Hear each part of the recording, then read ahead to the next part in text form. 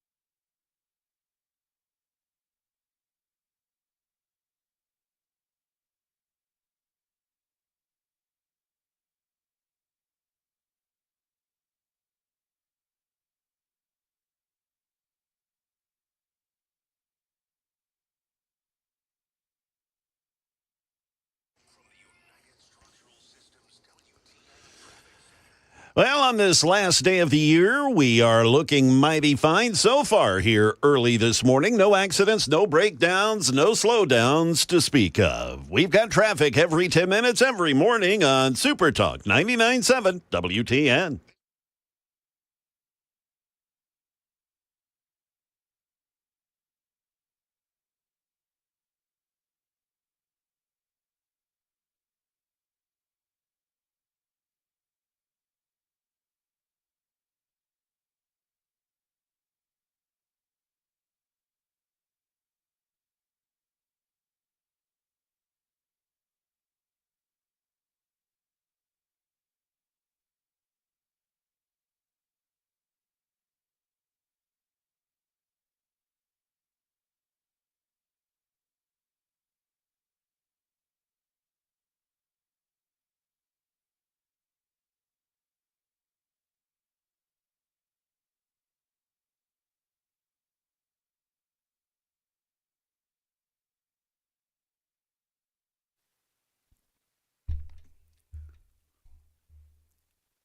.506, Nashville's Morning News on Super Talk 99.7 WTN. Good morning to you, friends, along with Jay Harper. Jay, thanks for filling in for Joan.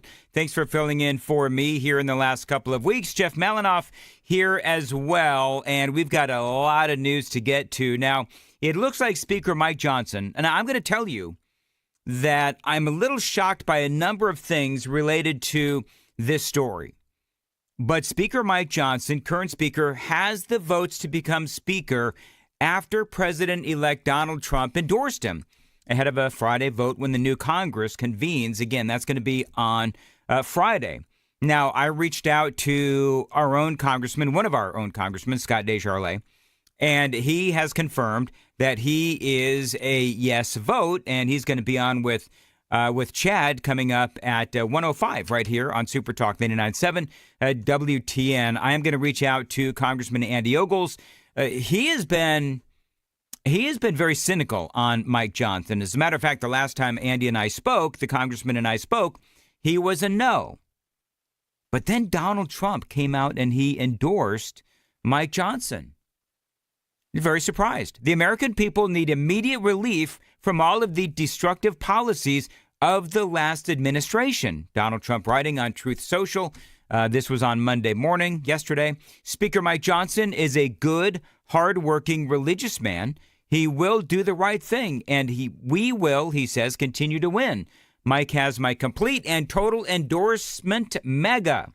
That's Donald Trump coming out, and I don't know why I'm so surprised, but I am. But, you know, you've got a lot of Republicans now who they're going to be in a tough spot because, number one, I think perhaps they were surprised by Donald Trump's endorsements because conservatives have not been happy with Mike Johnson. Remember a couple of weeks ago, the conservative wing of the Republican Party, the Freedom Caucus, they were angry with Speaker Johnson because of that continuing resolution that he brought to the table. It was 1,500 pages of massive spending. The fact is that, look, this is a sandwich. I don't know how else to say that. We're being forced into this position.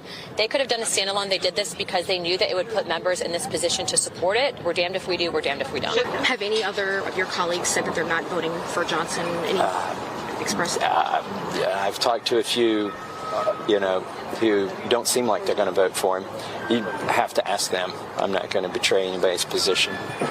Will you just vote president, or will you vote someone else's name? I'll vote for somebody else. It's a total dumpster fire. I think it's garbage. I think that it's shameful that people that celebrate Doge coming in, I can't, and yet we're going to vote for another $1 billion to be added to the deficit. And so it's ironic. It's opposite of what the Doge Commission is trying to do. So am I voting for it? No. I'm not. We're just fundamentally unserious about spending. And as long as you got a blank check, you can't shrink government. If you can't shrink government, you can't live free. I mean, listen, y'all have heard that all those sound bites before if you listen to Nashville's Morning News, and thank you. Now, the question is, what does, and those voices, Thomas Massey, Anna Paulina Luna, Chip Roy, among others, and that's what they say about Mike Johnson.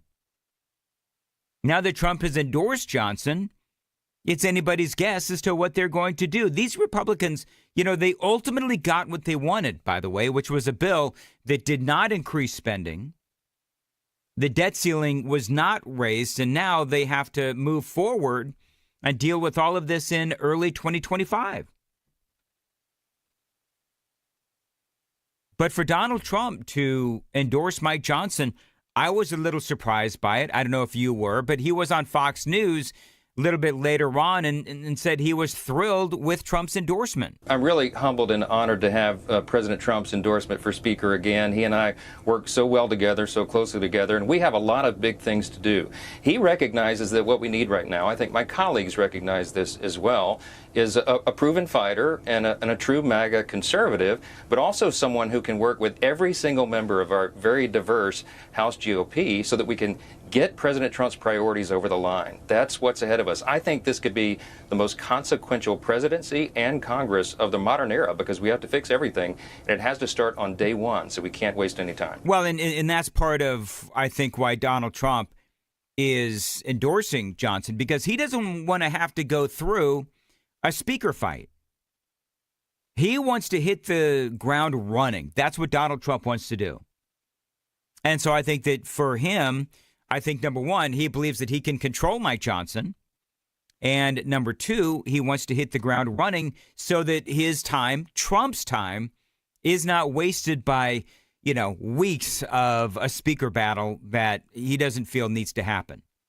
But one of the headlines out there includes this: Trump taking on conservatives in the House by endorsing current Speaker Mike Johnson. And you heard Johnson talking about how he wanted conservatives, he wanted Republicans to be united on all of this. And you've got some, including the Republican out of Indiana, a woman by the name of Victoria Spartz, who says that Johnson will not win her vote. By the way, he from what I understand, he can only lose one. That's how tight the majority is for the Republicans. And she says that Johnson is not going to win her vote unless he complies with a list of what she calls conservative demands. And she says the next speaker must exhibit courageous leadership and be someone who, quote, won't sell us out to the swamp. We have a Titanic on the crash course with the iceberg, and our country fiscally is going to have a disaster.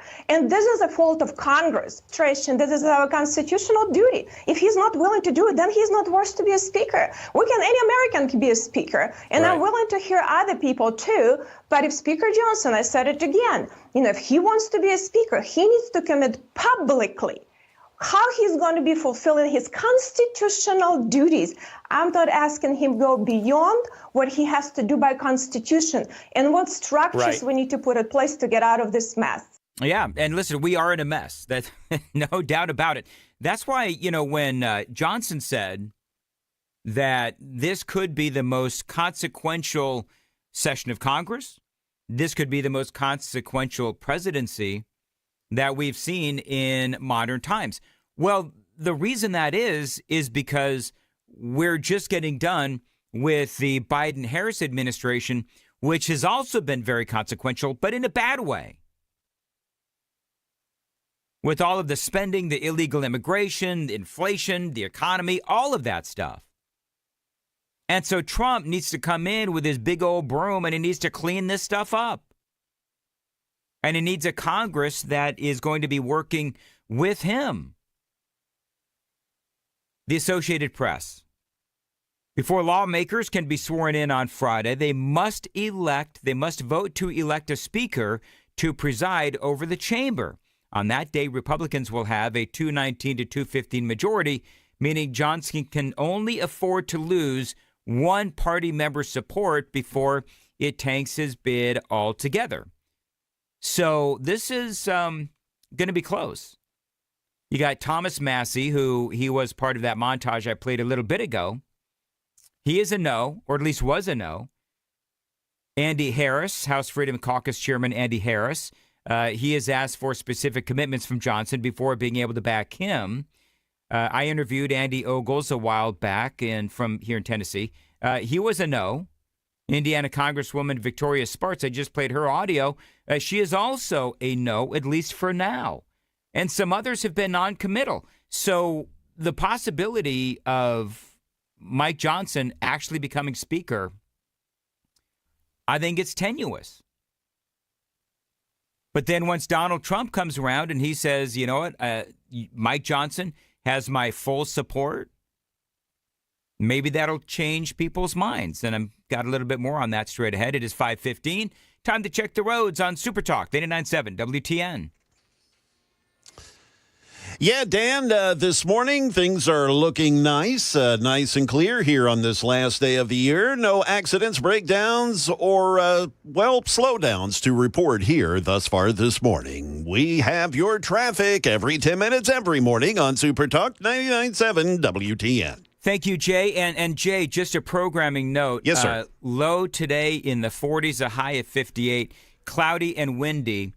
Malinoff, he's not used to having to provide me with weather all the time. So what I want to do at 5:35 is let's go over the New Year's Eve forecast. So what's it going to look like in Nashville at like 6 p.m., 7 p.m., 8 p.m., all the way up to midnight. So can you, because I know you're not really all that busy, Jay, could you compile that for us? And of course, buddy. I mean, just whatever you need, I can handle. Thank you very much, Jay. Yes, sir. So we'll have your complete New Year's Eve forecast coming up with Jay Harper right here on Super Talk 99.7 WTN. So Mike Johnson, he was on Fox News, and he is saying all the right things. He's talking about how he's determined to get things done. We're going to fix the border. We are going to get the economy humming again. We are going to restore our stature on the world stage, get our energy policy fixed, make sure that we don't have the largest tax cut in U.S. history imposed upon the American people at the end of next year, when the tax cuts from the Trump era expire. So a lot of big agenda items on the table, and you're right, it's going to take a lot of work to build a consensus among all the Republicans to get it done, but I'm absolutely convinced that we can. We're going to stay unified, and we are going to get this job done. It seems like everybody has the right talking points, the right mission statement, the right goals, but I can tell you that when Johnson talks about being unified, they're just not. I don't think these Republicans want to get on Donald Trump's bad side, though. That's part of the dynamic. I told you the names, Congressman Andy Ogles and Thomas Massey and Chip Roy and a few others. And so here's the risk that they have. The risk that they have is that if they vote against Speaker Johnson, and then we have a big fight, a big speaker fight. Remember that whole train wreck with Kevin McCarthy? And Congressman Ogles, he was right there in the middle of it along with Matt Gaetz. Well, if that impacts Donald Trump hitting the ground running, then these congressmen, they run the risk of being primaried. They run the risk of stalling Donald Trump as he comes into office. And let me tell you something. They don't want to piss off Donald Trump. They don't. They don't want to get on his bad side because, again, they'll be up for re-election in a couple of years. And imagine, if you will, somebody getting primaried with a full-throated endorsement from Donald Trump because you voted against Mike Johnson. That's the dynamic here. And Trump's priority is what Johnson mentioned. And so I think part of this is how do we get there and how much will the more conservative members have to compromise, like raising the debt ceiling. Now, nobody in their right mind wants to raise the debt ceiling, but if there are solutions within that legislation to raise it, but then that will ultimately result in a lowering of the debt, that would theoretically work, right? All right, you're going to vote to raise the debt ceiling, but ultimately that is going to lead to a solution. Then wouldn't that be a good thing? Of course it would. Now, Johnson, I think it's really clear that he is going to be burning the phones the next couple of days because he's got a lot of minds to change. And so he was asked about his opinion on those threatening to not support his speakership. And what does Donald Trump have to say about the possibility of a speaker battle? All of that and more right before the news with Jay Harper. It is 5:20 on Nashville's Morning News on Super Talk 99.7 WTN.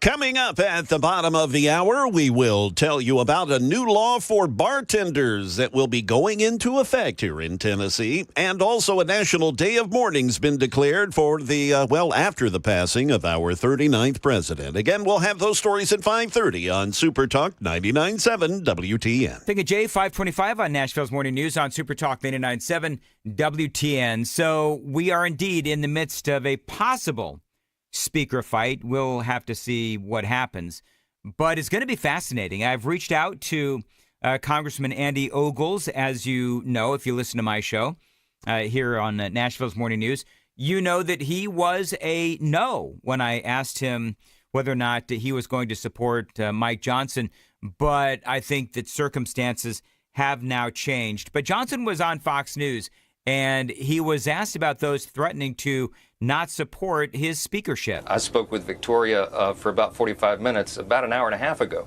I spoke with President Trump most recently about 15 minutes ago. We're in constant conversation about all this.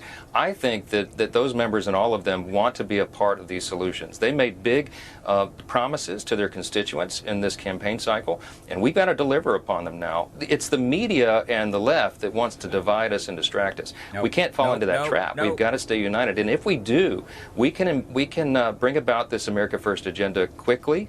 All right. So, listen, I'm a conservative and truth is important to me. So when Mike Johnson says that the left and the media, they're the ones that are trying to divide us, that is simply not true. I mean, I get that is a really convenient talking point, but the reality is that there's I think more than a handful of Republicans, I don't know where they all are now, but there's a decent amount of Republicans that are not on board with you, Speaker Mike Johnson. That's not the media. That's not the left. It's Thomas Massey. It's Victoria Sparks. That's not her name. Victoria, whatever her name is. Possibly Andy Ogles. And some other folks as well. So we'll have to see what happens. But please don't try to blame this on the media and the Democrats, because that's not Victoria Sparks. So that's not who we're talking about. We're talking about you. And this is going to be a really slim majority in the House of Representatives. Do you know how slim this is? On Friday, it's going to be 219 to 215. Eventually, it's going to be 220. Matt Gaetz, as you know, he stepped down to run as Attorney General. And so they've got to get that seat filled. But right now, as it stands, the Republicans, they really do have to be united to get anything done. And right now you have, basically the two factions within the Republican majority. You've got the very conservative Republicans, the House Freedom Caucus, basically. And then you've got the more mainstream. But conservatives, they are going to have a tough time, and they've got a lot of pressure. Because let's all be honest, Donald Trump did spend a lot of money. Even before COVID, in his first term, he spent a lot of money. Our national debt right now, $36 trillion. And one of the things you heard Johnson say is that he is hoping that the Democrats will play along and help them.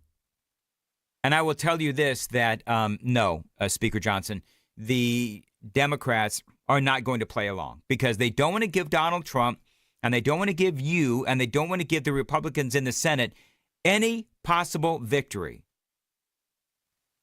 The Democrats right now, they are in Operation Disrupt Trump. That's what they're doing.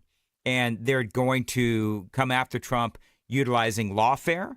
They're going to do it legislatively. They're going to do all kinds of things that I can only shudder to think what we're going to be dealing with in the next 4 years.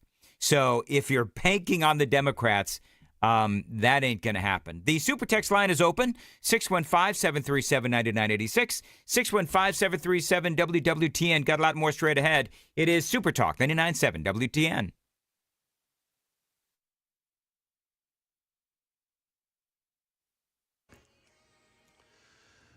Good morning. It is 5:30 a.m. I'm Jay Harper in for Joan Jones. I've got your top stories. We'll get you the latest weather and a traffic report here in just a few minutes. January 9th will be a national day of mourning for late U.S. President Jimmy Carter. Carter died on Sunday at the age of 100. ABC's Nicole D'Antonio tells us the schedule of events to honor the 39th president. An 8-day period of mourning begins tomorrow, which includes a state funeral in Georgia. President Carter's remains will lay in repose at the Carter Presidential Center, then flown to D.C. to lie in state at the U.S. Capitol, and end with a national memorial service in Washington, where President Biden will deliver his eulogy. One new law that takes effect tomorrow, January 1st, has new requirements for bartenders in Tennessee. Here's Channel 4's Danielle Ledbetter. This new law requires bartenders to get training on how to spot sexual assaults and human trafficking and what to do when they see it. Again, this law will take effect on Wednesday, and long before this law, the Sexual Assault Center has been doing trainings on this exact topic, and they feel with this new law, they'll be able to reach more people and places than they were able to do on their own. Tennessee has been ranked among the top 10 states for motor vehicle thefts. That's according to new FBI crime data. The state recorded more than 28 thefts per 100,000 citizens, with most of the incidents occurring in 2023. FBI data analytics from High Rise Financial reveal that Tennessee is the 9th most likely state for you to have your vehicle stolen. According to the Tennessee Commission on Children and Youth, more kids are behind the wheel of car thefts in Tennessee now. Back in 2023, Tennessee saw a nearly 200% increase in auto theft crimes by juveniles.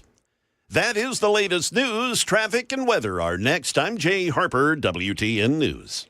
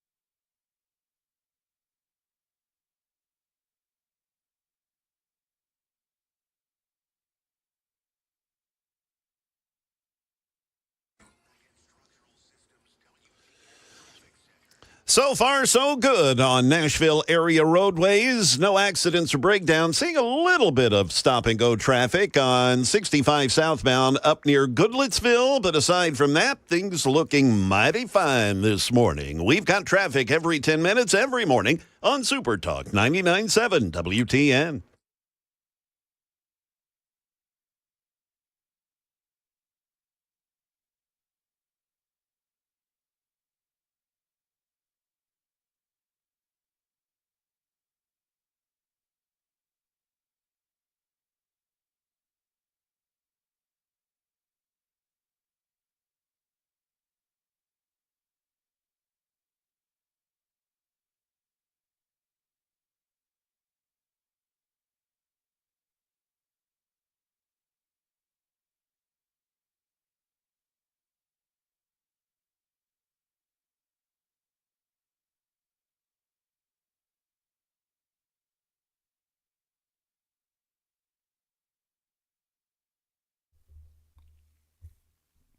.537, Nashville's Morning News on Super Talk 99.7 WTN.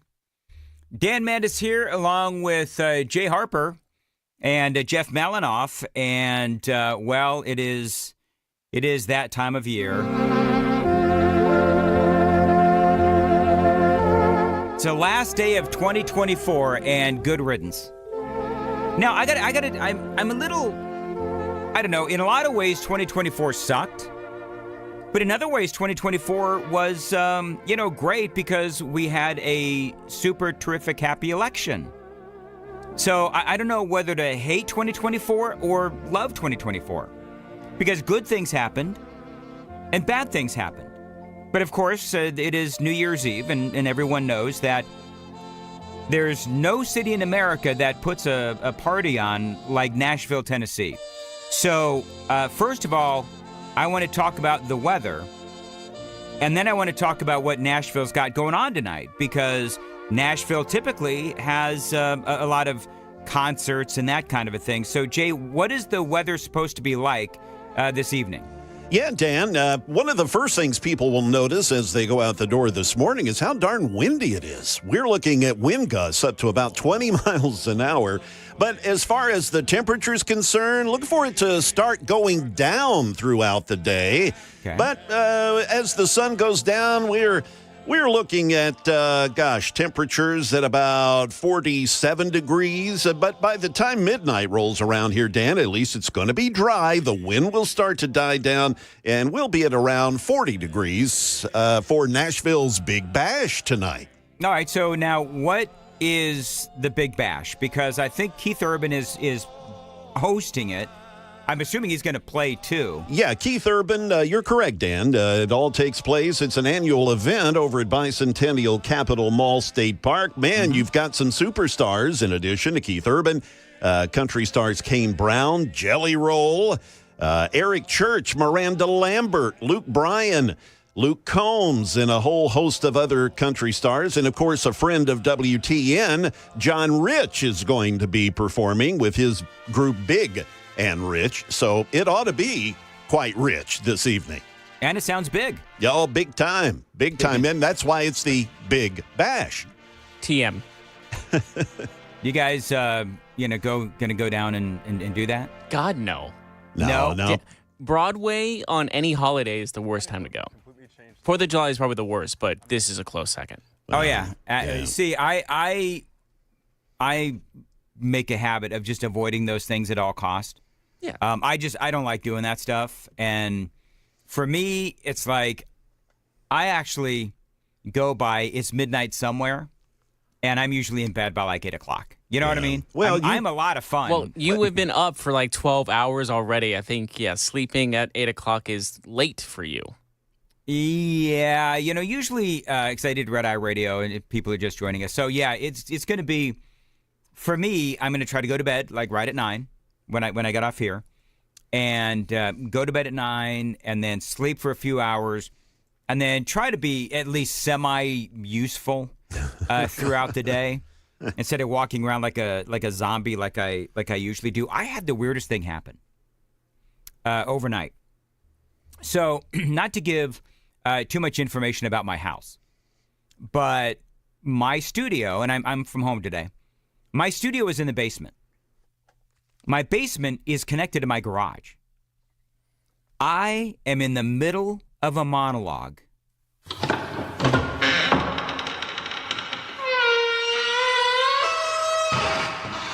And my garage door opens.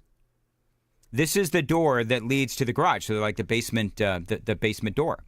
And so I'm talking. I'm literally talking. And all of a sudden, the door, and it is a very squeaky door. And I'm looking to my left, and it's very slow.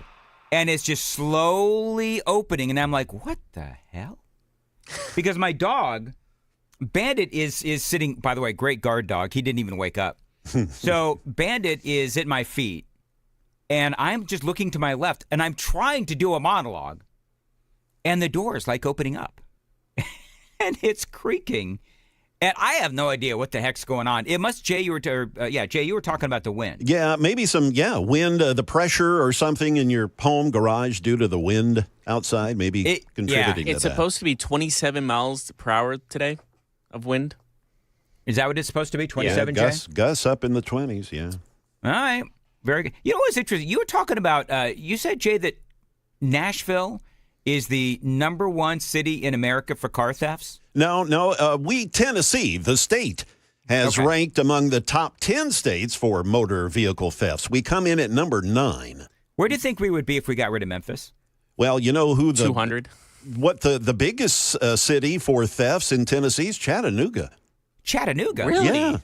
Yeah. It is really surged there. Dan, I was with you. I thought Memphis was the one that took the cake for us in that list. Now I feel bad. Yeah, because we always say that if it weren't for Memphis, Tennessee would be a great state, which it is, but yeah, they do skew our numbers west of us there on a lot of bad stuff. They do have that Pyramid of Bass Pro Shop that's pretty cool, but that's about it. You drive that, you see that when you're driving fast out of the city. The Pyramid of Bass Pro Shop? Yeah. I don't know what that is. Oh. I have not been to Memphis. So I've driven through. They built this massive pyramid. I think it used to be like a shopping center or something like that. So Bass Pro Shop bought it, and now it's just a the pyramid. It's a giant pyramid-shaped Bass Pro Shop. It's the Memphis's big like tourist attraction, quote unquote. Okay, all right. Yeah, I'm not. That and the you're now leaving Memphis is the most seen thing there. Hey, hey, Jay, you want to have some fun with Malinoff? I want to see if Malinoff knows what this means. You ready, Jeff? I'm ready. Okay, Bring it. I'll be. All right, because I know that Jay's going to get this. Kiss my grits. Jeff, do you know what that means? Yes. Do you know what it's from? I know it from not from the actual source. I've just known it from popular sports guys saying that to not get fined. Kiss my grits? Yeah, Terrell Owens back in the day used to say that. Really? Yeah. All right, so you know that is from the movie Alice, or the show Alice. The TV show Alice. The TV show Alice. I think I know why you're going to the Alice direction. Because Lyndon Lavin died. Yeah. It's very sad. My mom was sad. I remember texting her. I'm like, do you know who this is? Because I saw it on, I think it was Truth Social. I was posted something. Truth Social gives me great updates for the record. And I don't know why. They're really good at it. That's where I get, X doesn't give me updates. Truth Social does. But anyways, it was Alice that died. And I was like, Mom, do you know who this is? She was like, oh, my God, yes. And she got all sad about it. Yeah, 87 years of age. All right, so I'm going to admit I didn't even know that she was still alive. Yeah. A lot of people from that show have passed. Gwen Dowland was on that show. Vic Tayback played Mel. Yep. Well, who is so go back. Who is the second person you mentioned? Gwen Dowland. She played, I believe her character's name was Vera. She was one of the waitresses on the show. Vera. Yeah, Vera. So Linda Lavin was Alice. She was the straightforward person. Correct. You had Vera, who was the dingbat. Yeah. And and then you had Flo. Yeah, Polly Holiday. Yeah. And I believe she's still around, I believe. Oh, she can't still be around. Flo? I believe Polly Holiday's still alive. I could very well be Okay, you know wrong. what? I hope she is. Yeah. Vic Tayback died a long time ago. Yeah. And sadly, the young man that played her son, he passed away a number of years ago. Very, very young man. By the way, we're getting crucified on the super text line. Yeah, I forgot about Graceland. But in my defense, Graceland is too good for Memphis. Listen, I agree with that. I actually agree with that. I think that, and I've never been to Graceland. I think I've always wanted to. Oh, you haven't been either? I haven't been. It's on. I want to visit. I think it'd be so cool because just Elvis was such a. I mean, he was a once in a lifetime kind of performer, and just seeing where he lived would be cool. Jay, you've been a long time Tennessean. I think probably longer than me. You've been to Graceland? I have not. Really? Yeah. How is it the three of us have never been man. to Graceland? Road trip. I moved here in '85, and I'm to Tennessee, Nashville, and I'm embarrassed to admit, no, I've not been to Graceland to see all of the purple velvet wallpaper. No. Oh, it looks so cool. I've not seen any of that. You know what I wish they would do though is, and by the way, somebody let me know. 2676 says Graceland is garbage, just like its surroundings. But I feel like if you're in Tennessee, you kind of have to visit at least once. If you live here, I feel like I don't think I'm officially Tennessean until I have to see Graceland just once. You know what? I think actually you're right. You're not a Tennessean unless you've seen Graceland, you've been disappointed by the Titans, and apparently some kid steals your car. Like those are the three things that. And a homeless guy yells at you. A homeless guy yells at you on Broadway. That's another one. Yeah, I've been yelled at on Broadway. Yeah, that's why I have too. That's why I'm like, I feel like everyone has. Yeah, how many of us haven't been yelled at or stepped in puke? I mean, let's be honest. I've avoided that. Or almost hit by a chair thrown by Morgan Wallen. That's a special Tennessean. That's like gold membership. Is that what it is? There's a lot of Tennessee. There's a lot of Tennessee things that I still haven't done, and I want to get them done. I do want to go to Graceland. I do want to go to a minor league game there in Memphis because they've got a great minor league ballpark, the Redbirds. from what I understand. Redbirds, yeah. Go That's Sounds. Right. The Sounds have a good one too. I go to the Sounds all the time. Well, there might be MLB is thinking about putting a real major league team here, which I think is a brilliant They're not idea. going to. They're not going to. I guarantee you they're not going to. Well, why not? Well, because Atlanta feels like they own us, and if it's not the Braves, it's the Reds. Right. Cincinnati and Atlanta would not be happy about it. And St. Louis, for that matter. Well, the voting will be all the owners, and I think a majority would say yes to an expansion team here, and they would be left out in the cold. All right, so when is that vote? Because I don't know, but I know Manfred, the commissioner, has been saying he's been very interested in this market, which of course he would be because this market has grown. Yeah, like when the Predators went to the Stanley Cup in like 2017, that just brought a whole new fan. Like that just brought fans together into like. Then the Titans were good. Just there was a lot of good teams here, and money was just pouring into them. Mm-hmm. And if you bring another, and baseball's big here. People outside of Nashville don't see that, but baseball's baseball. big. Yeah.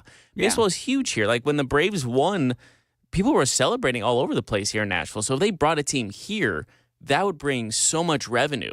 Can we do this? Now I was born without the sports gene, so I don't know how this works. Mm-hmm. Can we trade the Titans for like a Major League Baseball team? Can we do that?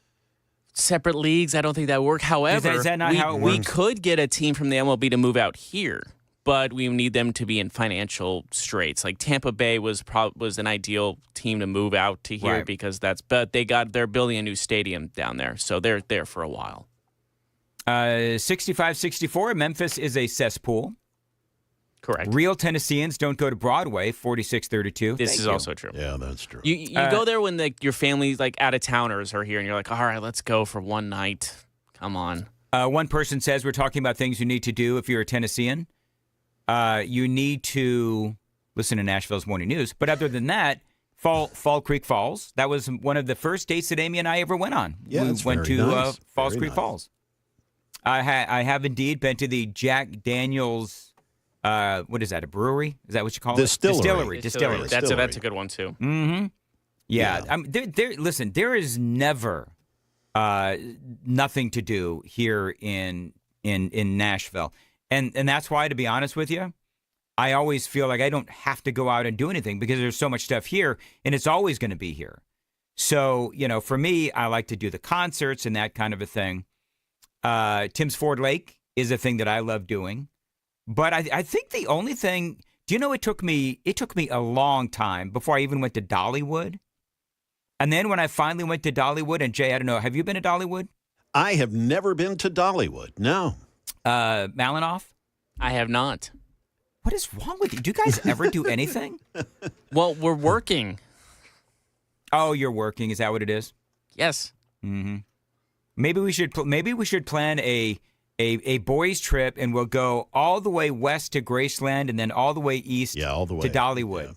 I'm sure that would be. We wouldn't come back. They'll be like, we all got robbed, and we're all walking back home. 4702. You know what? We'll have to do Dollywood first, so that when we go to Memphis, it's a little easier just to get back to just Nashville. Well, we need to go to the Glock store and buy some couple of rounds first before we head down there. Couple of rounds. You go to Memphis, you're going to need like a lot of rounds. By the way, people saying the Ryman, Gatlinburg is a must. I love Gatlinburg. Yes. Oh, yeah. Historical places are awesome. 4702 says it would have to be an American League team. Yes. Is that true? Well, National League does have more teams, so it would have to be an American League, which there's really no difference because but American League is fine. Like that's National League and American League. That's just conferences. Yeah, I mean the closest I guess American League team would be the White Sox, I guess. Yeah, because the Braves and Chicago. the Reds and St. Louis are all National League. An American League team would kind of so Las Vegas still does not have a team, correct? Well, they're going to be the Oakland A's are moving there. Oh, that's right. They're in Sacramento for a season or two. Right. Yeah. And it was just announced if they get into the playoffs, Sacramento cannot host a playoff game because it's not big enough. So if the A's get into the playoffs and they're still in Sacramento, they have to find a new place to play their home games during playoffs. I'm reasonably certain the A's are not going to make it into the playoffs. They are a terrible team. Yeah. So anyway, all right, it is 5:54. Nashville's Morning News on Super Talk 99.7. Jay Harper, what is coming up in the news? Yeah, Dan, at the top of the hour, more details on that horrific plane crash in South Korea. And we will also have the latest on that National Day of Mourning that's been declared after the passing of our 39th president. That comes up at the top of the hour on Super Talk 99.7 WTN.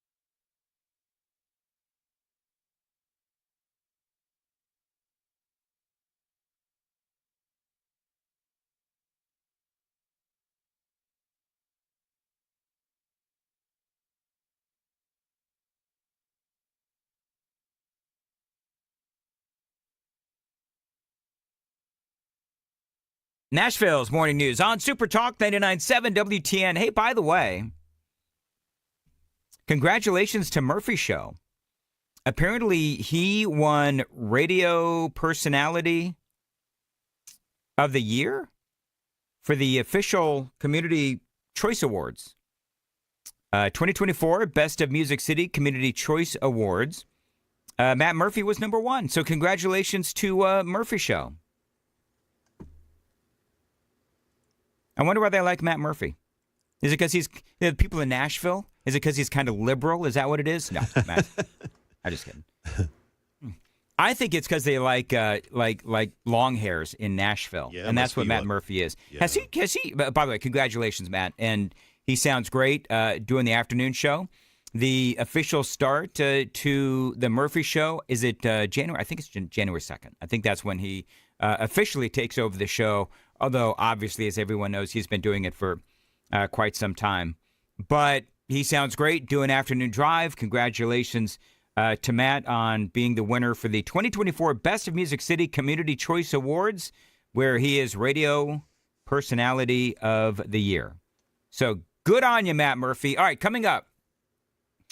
Remember a few months ago, it was just a few months ago, when the Democrats were all about joy? There's no joy with the Democrats these days. As a matter of fact, they've got a big-time identity crisis. That story and a whole lot more straight ahead. It is Nashville's Morning News on Super Talk 99.7 WTN.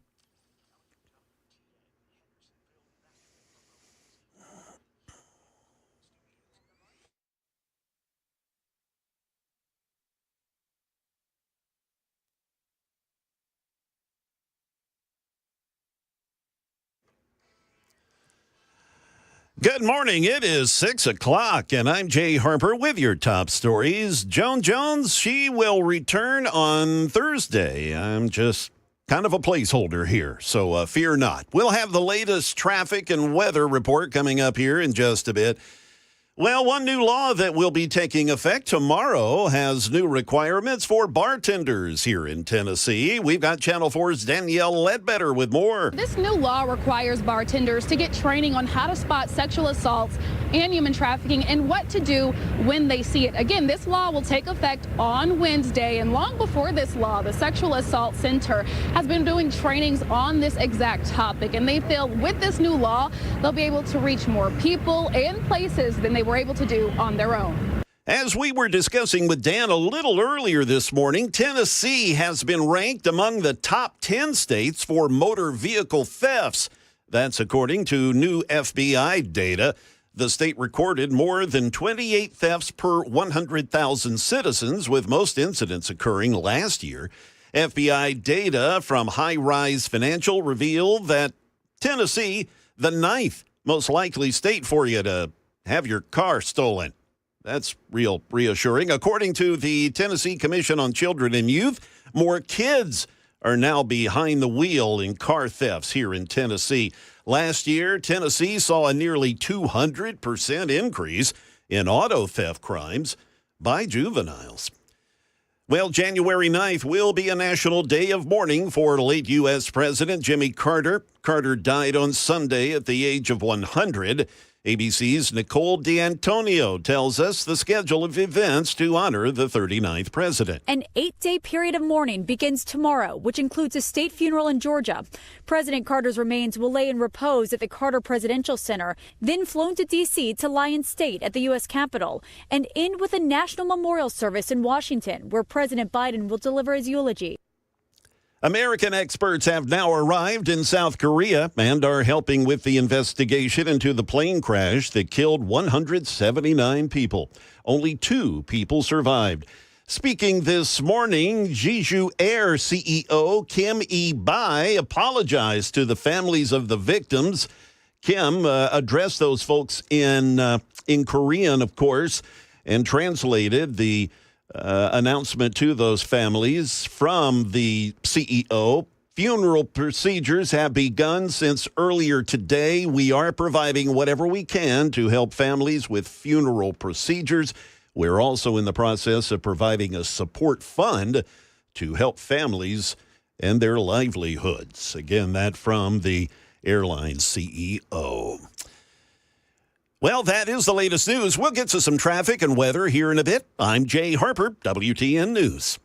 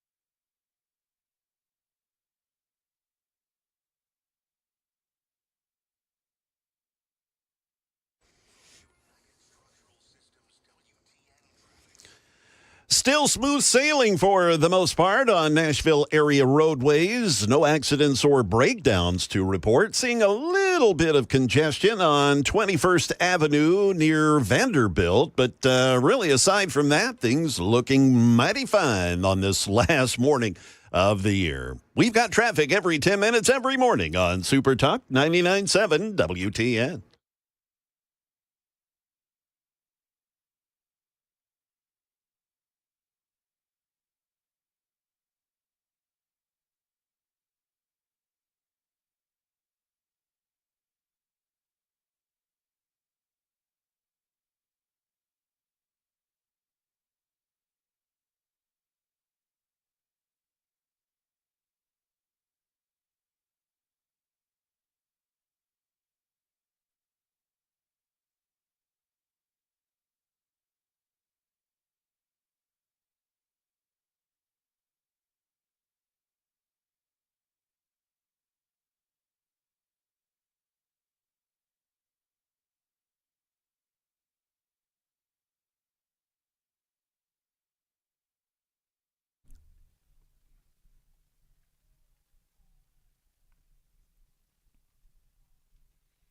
.606, Nashville's Morning News on Super Talk 99.7 WTN. Welcome on in to Nashville's Morning News.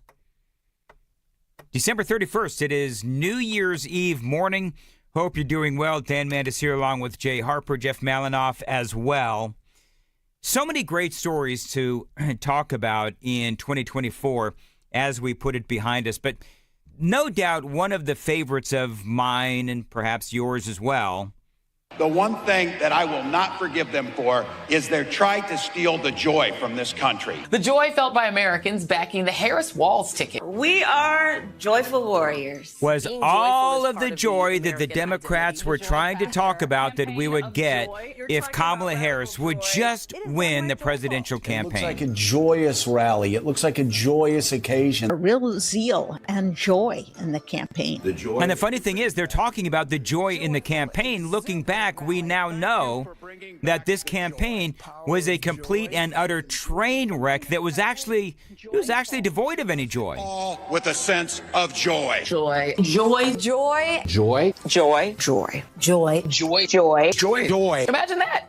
American politics. Joyful again.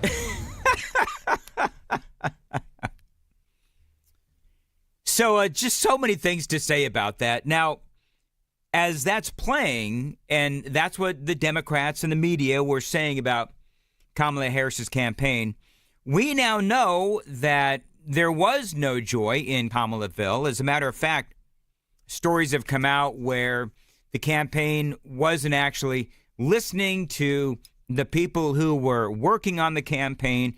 They weren't doing the door knocking. They weren't doing the work.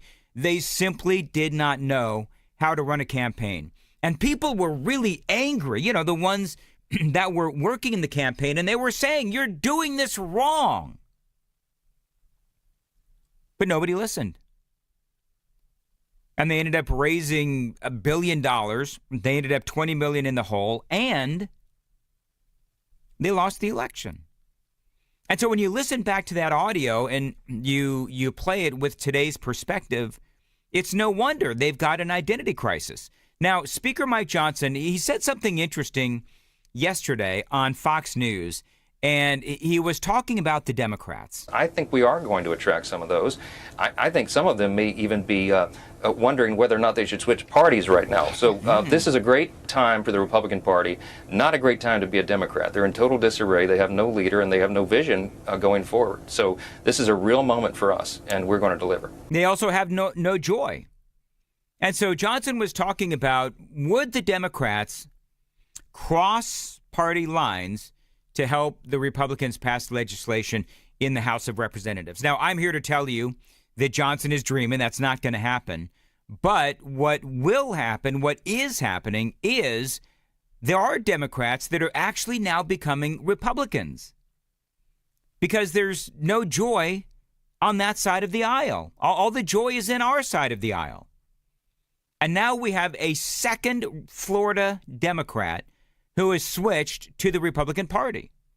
That's right. Florida State Representative. Her name is Hillary Cassell of, I think it's called Dania Beach, announcing her switch from the Democrat to the Republican Party. And I want you to listen to her reasoning because her reasoning makes a lot of sense. It's a moment that will live with me forever. You know, I joined the Democratic Party with the understanding that this was a big tent that allowed diverse ideas and beliefs. And shortly after October 7th, we were on the floor of the House of Representatives arguing and debating a bill in support of Israel. And I was forced to debate a Democratic colleague who filed a resolution while we still have hostages there, but this was shortly after October 7th. Yeah. And rather than my colleagues rallying around this issue, which is extremely important not only to myself, my community, America, and democracy as a whole, and ensuring that the Jewish people have a state, I was told that I should have sat down and stayed quiet. I mean, literally, a couple of things. Literally, not everything is cleaned up in Israel, if you know what I mean. And we had people, Democrats in the House of Representatives, that was telling people like Hillary Cassell to shut up and sit down. And we saw that all across the country. And so one of the more horrific stories of 2024 was the clear anti-Semitism that we saw. And former Democrat turned Republican Hillary Cassell, she's talking about that anti-Semitism. I mean, let's be honest. There's a lot of anti-Semites in the Democrat Party who, again, they're anti-Semitic. They can't stand Israel. But the more important part of what she said is that she was told to sit down and shut up. That's the more important part. Now, can you imagine in our party, in the Republican Party, somebody actually saying, sit down and shut up? No, I don't think that happens in our party. I don't. Mike Johnson was being interviewed on Fox News. I played you the audio in the previous hour. And he says, I'm talking to every single one of my critics as he is vying to be Speaker of the House yet again. But it does seem to be a recurring theme, this sit down and shut up on the other side of the aisle. Remember that the Democrats, they were so smug regarding the speaker battle in the last congressional term. or the battle among Republicans over the continuing resolution or the current fight over H-1B visas. Republicans are trying to work together.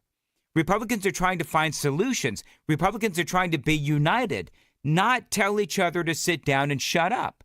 Now, Bill Clinton said something really interesting. Bill Clinton said something really interesting. He was on The View. I don't know how he survived, but he was on The View a few days ago, and they're talking about the Democrat Party and their unwillingness to listen to others outside of their party or outside of their comfort level. I think one of the things that Democrats sometimes do is give up on too many people because the demographics say they're not going to be for us. Well, that may be, but, you know, if you don't deal with something that's controversial just because you don't want to hear it, that's like an insult to voters. I mean, he's absolutely right. Bill Clinton. I mean, think about this. First of all, you have the Democrats' history of name-calling to ward off actual public discourse and debate. You want protected borders? You're racist. You want school choice? You're racist. It is, as I've been saying, a trick as old as politics itself. But they also tend to, as the Democrats do, as Clinton just said, to give up on certain groups of people. Rural communities, the white males who didn't go to college, right? I mean, we all know the stories. But here's the thing. I want you to think about this. Donald Trump did the exact opposite. Donald Trump went into those communities. He worked at a McDonald's. He pulled in with a dump truck after Joe Biden called Trump and his supporters garbage. He went to barbershops. He went into dangerous territory where he knew that he was going to get attacked. And people noticed that. Donald Trump put himself at peril. He put himself in very uncomfortable situations to reach out to the other side of the aisle. Did Kamala do that? No, she didn't do that. Trump went everywhere. He went on CNN, I believe. I know he went on MSNBC. No, he did. He went on CNN. And he went on MSNBC. He went on all of these different networks that most of us would consider the enemy. But he wanted to bring in as many people as possible. And clearly, he succeeded. Got a little bit more straight ahead. 6:15. Time to check the roads on WTN.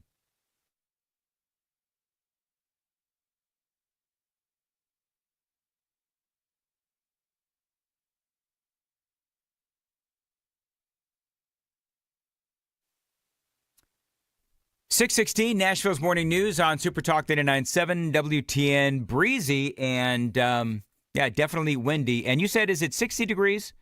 Jeff, did 51, you say 60? 51. 51 on Super Talk 99.7 WTN. Appreciate you listening. So, talking about the Democrats and how they, simply put, they are in the midst of an identity crisis. And they are losing members, and we all know that they actually lost support in the last presidential election. Talking about Hillary Cassell. Now, Hillary in the Florida state legislature, she was a Democrat, and then she flipped over to the other side of the aisle. And the reason being, and there was a number of different reasons why she turned into a Republican. One of the big ones was because of the fact that the Democrats, they simply can't have a conversation. I think if the party continues their narrative of a lack of self-reflection and a constant blaming the American people for their losses, look, I'm a trial lawyer. I've been trying cases for over 20 years. And when you give a case to a jury and you lose, the answer isn't the jury's fault. You've got to take a look at what your case was and what your presentation was, and the Democratic Party doesn't wish to do that. There's an absolute lack of self-reflection and willingness to look deep into the party's problems to figure out why the American people are not resonating with their message. I mean, absolutely right. There is a story out there today, and I don't have it in front of me, so I'm going to have to paraphrase. But the people on MSNBC, they were talking about, and Rachel Maddow said, as they're talking about where they went wrong, Rachel Maddow actually said that she got it wrong because she thought that more people, listen to this, she said more people would be afraid of J.D. Vance. Afraid of J.D. Vance. Now, what kind of a cocoon do you live in, Rachel Maddow and Joy Reid and the rest of you folks on the left? What kind of a cocoon do you live in where J.D. Vance is scary? It doesn't make any sense. And somebody please tell me what J.D. Vance ever actually said that was scary. That shows you, and that's what Hillary Cassell is saying, that shows you how completely out of touch the Democrats are. By the way, this marks the second Democratic state lawmaker in Florida to switch political parties this month. Following Tampa Representative Susan Valdez, she made her big change on December 9th. And so there's no doubt talking about, who has the wider tent, the bigger tent. Donald Trump got far more young, black, and Hispanic voters this time around. And a lot of Democrats, I believe, voted for Donald Trump, a lot of first-time voters as well. So this switching of parties, it's not something that's just happening in state houses. It is happening across America. And I think that's why Donald Trump won. And so one of the big stories of 2024, there's a lot of big stories coming out of 2024. You've got, obviously, the presidential election. You've got all of the failed policies of the Biden administration. Now, the problem and the major story of 2025 is going to be this. Can Donald Trump, will he be able to clean up the absolute mess that Joe Biden left him? That's going to be, by and large, the biggest story of 2025. A big part of that is going to be illegal immigration. Coming up in the next segment, we're going to talk a little bit about what is going on with illegal immigration. There's been a pretty big update on all things illegal immigration. We're going to talk about that and a whole lot more straight ahead. Right before the news with Jay Harper. Jay, what's coming up at 6:30? Yes, Dan. Well, Donald Trump in a surprise backing of Mike Johnson for Speaker of the House. You've been discussing that this morning. We'll have more on that. We'll hear from a Tennessee congressman on that issue. And plans are in place for tonight's New Year's Eve celebration in Times Square. Security tight there this evening. We'll have those stories at 6:30 on Super Talk 99.7 WTN.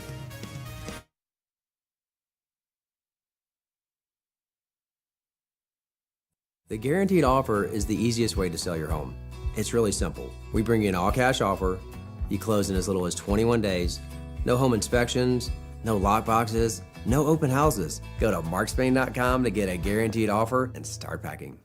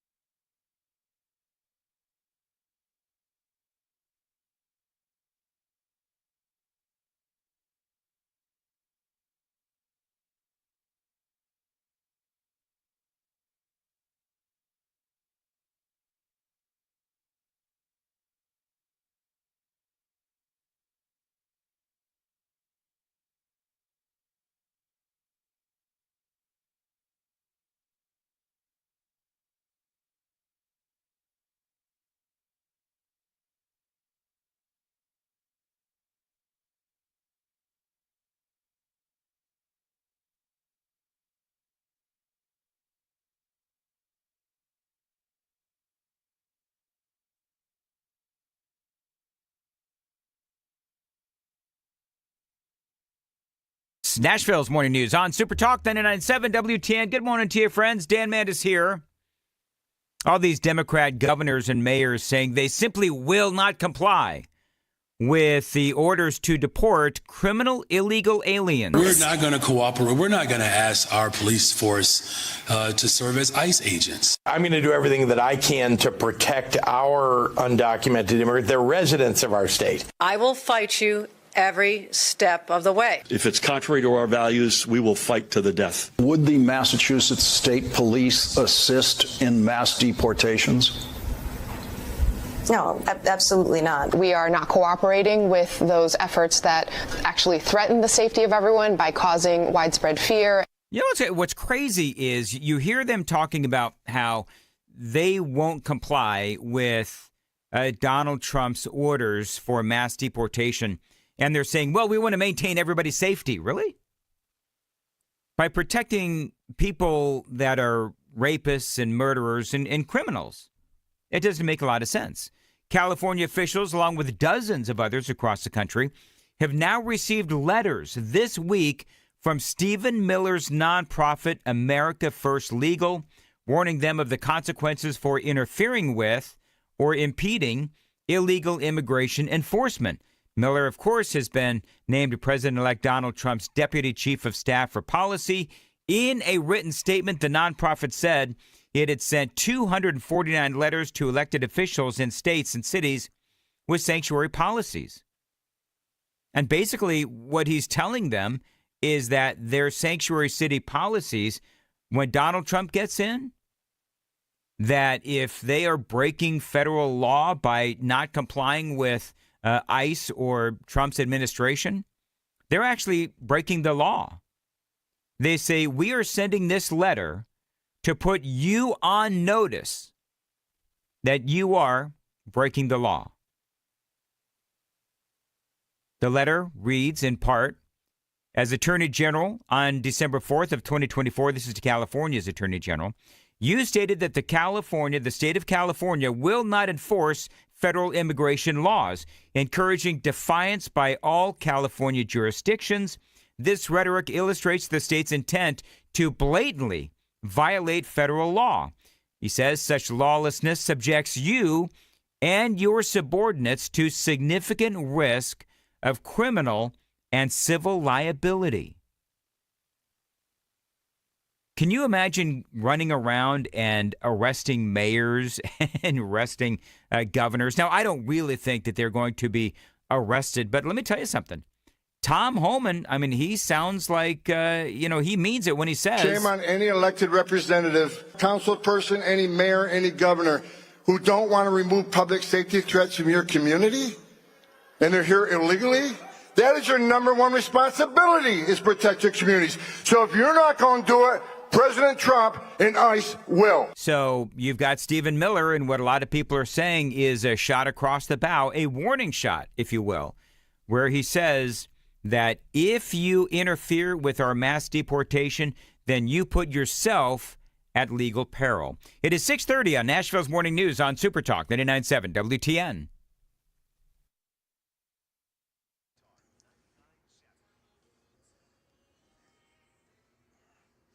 Yes, good morning. It is 6:30, and I'm Jay Harper with your top stories. We've got, a traffic report that's looking good, and we've got a weather report that's getting cooler. All that's coming up.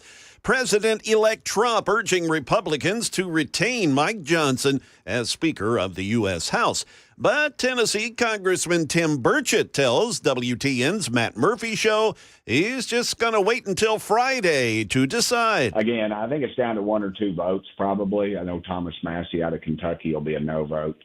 And so that leaves a few of us that are sort of on the fence that maybe have some qualms or some concerns to be heard maybe a little bit more than usual. So I'm just going to hold out to the end and see where it goes. Johnson needs 218 votes to remain Speaker of the House. Despite rain in the forecast, 1 million folks expected to ring in 2025 in Times Square tonight. ABC's Lionel Moyes has more. The NYPD expanding the area blocked off this year in wake of the ISIS-inspired machete attack at a police checkpoint 2 years ago. Drones, bomb-sniffing dogs, and officers in plain clothes will be deployed. The police commissioner is promising a massive presence following the recent attack at a Christmas market in Germany. Let's look at your market numbers report, brought to you by Beacon Capital Management. They can be found online at beaconcm.com. Stock futures before the opening bell. The Dow up 125, S&P up 22, and the NASDAQ up 98. That is the latest news. Traffic and weather are next. I'm Jay Harper, WTN News. Pick a J 632 on Nashville's Morning News. By the way, coming up after the commercials here, Jonathan Fahey is going to join us. We're going to talk about Donald Trump's most recent legal troubles, and also we'll continue on with some discussions of illegal immigration. Dan Mandis here. And it is time to get that heating system serviced the best way, the Busy Bee way, with Busy Bee Plumbing, Heating, and Cooling. Don't wait for a problem to pop up with your heat this time of year. Be proactive and keep your unit in tip-top shape. Whether you need annual maintenance, repair, or a replacement heating and air system, call the folks that I trust. Busy Bee Plumbing, Heating, and Cooling. I've been a Beehive member for years. Now, it pays in so many ways to sign up for that annual maintenance on your plumbing, heating, and air systems from Busy Bee. For added rewards and savings, again, sign up to be a Beehive member. You get thorough annual maintenance on your plumbing, heating, and air systems. No overtime charges, 24/7, and 10% off of all repairs. Remember our convenient Saturday availability as well for those maintenance calls, so you'll never be left out in the cold. Busy Bee is your Rude Pro partner for satisfaction guaranteed. Call them 615-775-7833. As always, tell them Dan told you to reach out. 615-775-7833. Online, busybeehvac.com.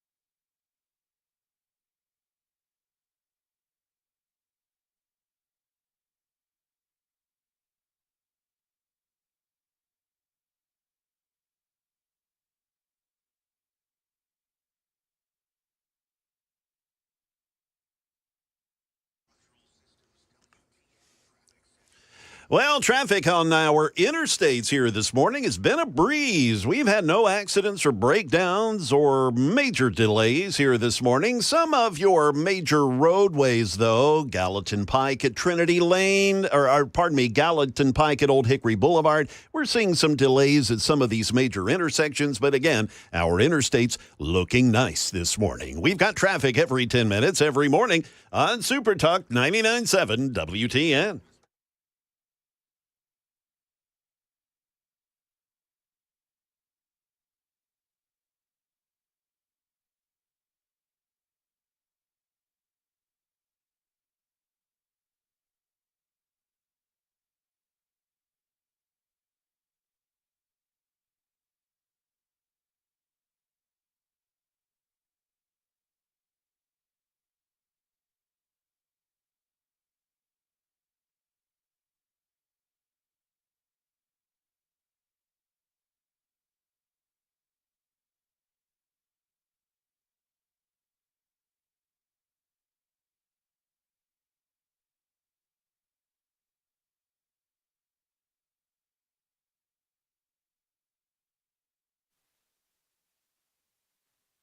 636, Nashville's Morning News on Super Talk 99.7 WTN. Dan Mandis here along with Jay Harper in for Joan.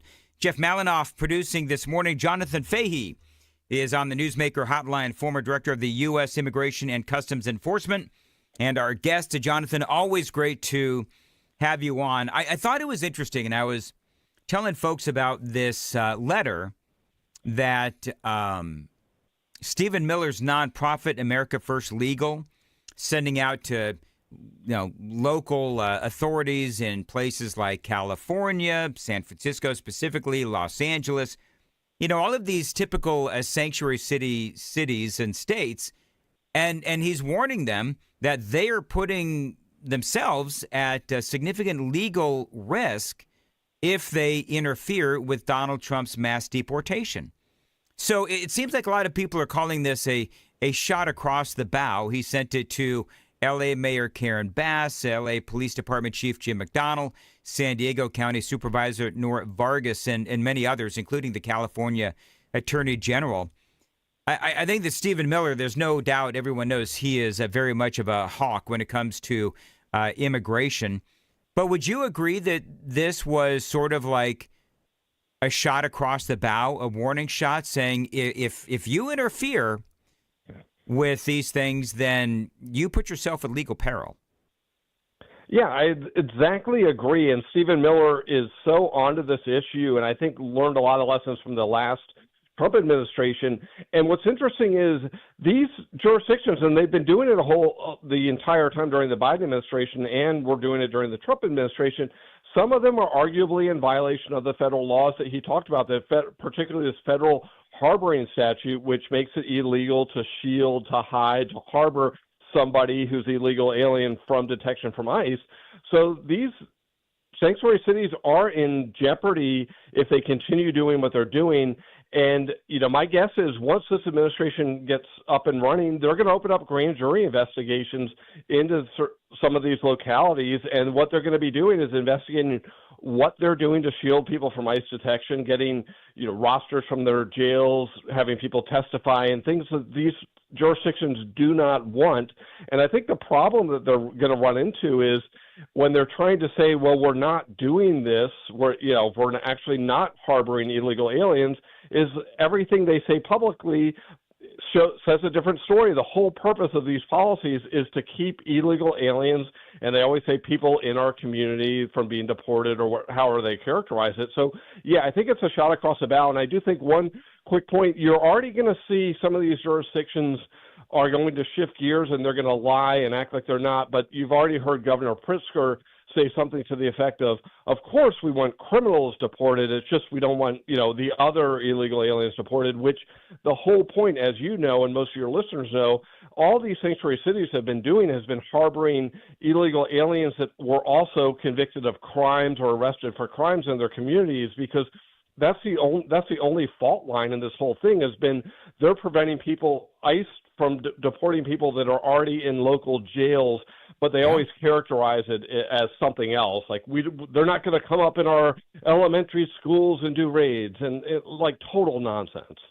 Yeah, and I think part of what they do, and ICE has been, of course, complaining about this, and conservatives complain about this as well, is if they've got a bad guy, illegal alien, and he's in the local jail, ICE will come in and they'll request with the detainer to be able to take this guy into custody, and maybe they'll deport him or whatever.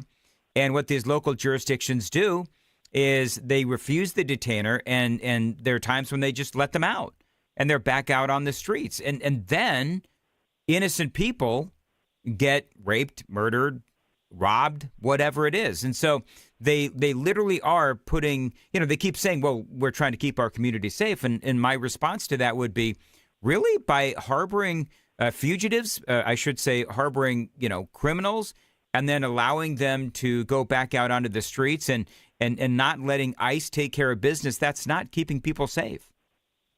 Yeah, exactly. And yeah, they're totally lying about this. And this is what the Biden administration has done the whole time. What they want to have happen is massive illegal aliens coming into the country and mass amnesty. And they don't want to do anything to discourage people from coming here illegally So if you say to people that are thinking of illegally coming to our country that even if you commit the most serious crime, you're still welcome in our country to stay, it will do everything. It does so much to encourage illegal aliens to come here because they know that there couldn't be a bigger welcome mat if you could even commit a crime and stay. So that's what they're trying to do, is increase illegal aliens. They want a mass amnesty for all the people here, and the more people, whether they're convicted felons or not, if they could make them citizens, they're better off, at least the way they see it as a Democratic Party. But it's all about putting politics ahead of the safety of the community, but they have to lie about it, and that's what they have to do. They always try to come up with you remember under Mayorkas they come up with policies. We won't arrest anyone at a school or a hospital and all this nonsense that ICE had never done before, but they try to suggest that that's what ICE used to do, and they're portraying themselves as heroic from standing up to these fictional ICE abuses. It's so cynical. And the one last thing with the arrest, if you can't arrest them in jail, it puts people in the community at risk, because not only is the criminal out there committing new crimes, but if ICE has to go out into the community to arrest a dangerous person, their officers are at far greater risk out in the community than they would be picking up somebody from a jail, because at least in a jail, they're not armed, they won't be able to resist, and all these other things. So these policies put law enforcement at greater risk as well, but of course they don't even care. I mean, all they want is massive illegal aliens, and also the credit for standing up to Trump. So even when Trump's doing something that is good for the community, and 80%, probably more, would agree that getting criminals out of here is good for the community, they want to fight him because they'll fight Trump on anything. If Trump wanted to if he cured cancer, they wouldn't want people to have the cure, because they just want to fight him at every step of the way. Yeah, I'm going to jump to traffic, but you're absolutely right. Mike Johnson, I played some audio earlier of Speaker Mike Johnson, and one of the questions he was asked is, do you believe that the Democrats in the House will be cooperating and helping the Republicans to execute Donald Trump's agenda? And he said something like, oh, yeah, I certainly hope so, and I think that they will. And I'm just sort of laughing, thinking, no, they won't. They are in stop Trump mode. I mean, clearly, the Democrats are in stop Trump mode, and they're not going to do anything that is going to give the Republicans or Donald Trump a victory in the House or the Senate or the White House, or quite frankly, in any state legislature across America. It's just not going to happen, because that's their mentality right now. 645, Nashville's Morning News on Super Talk 99.7. Jonathan Fahey is joining us. Time to check the roads on WTN.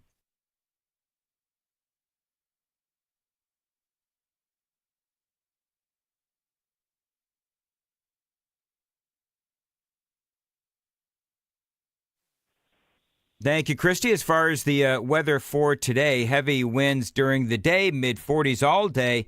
It's going to be a low of about 40 degrees by midnight. Appreciate you listening to Nashville's Morning News on WTN. So, Jonathan, just a real quick final point on the whole illegal immigration thing.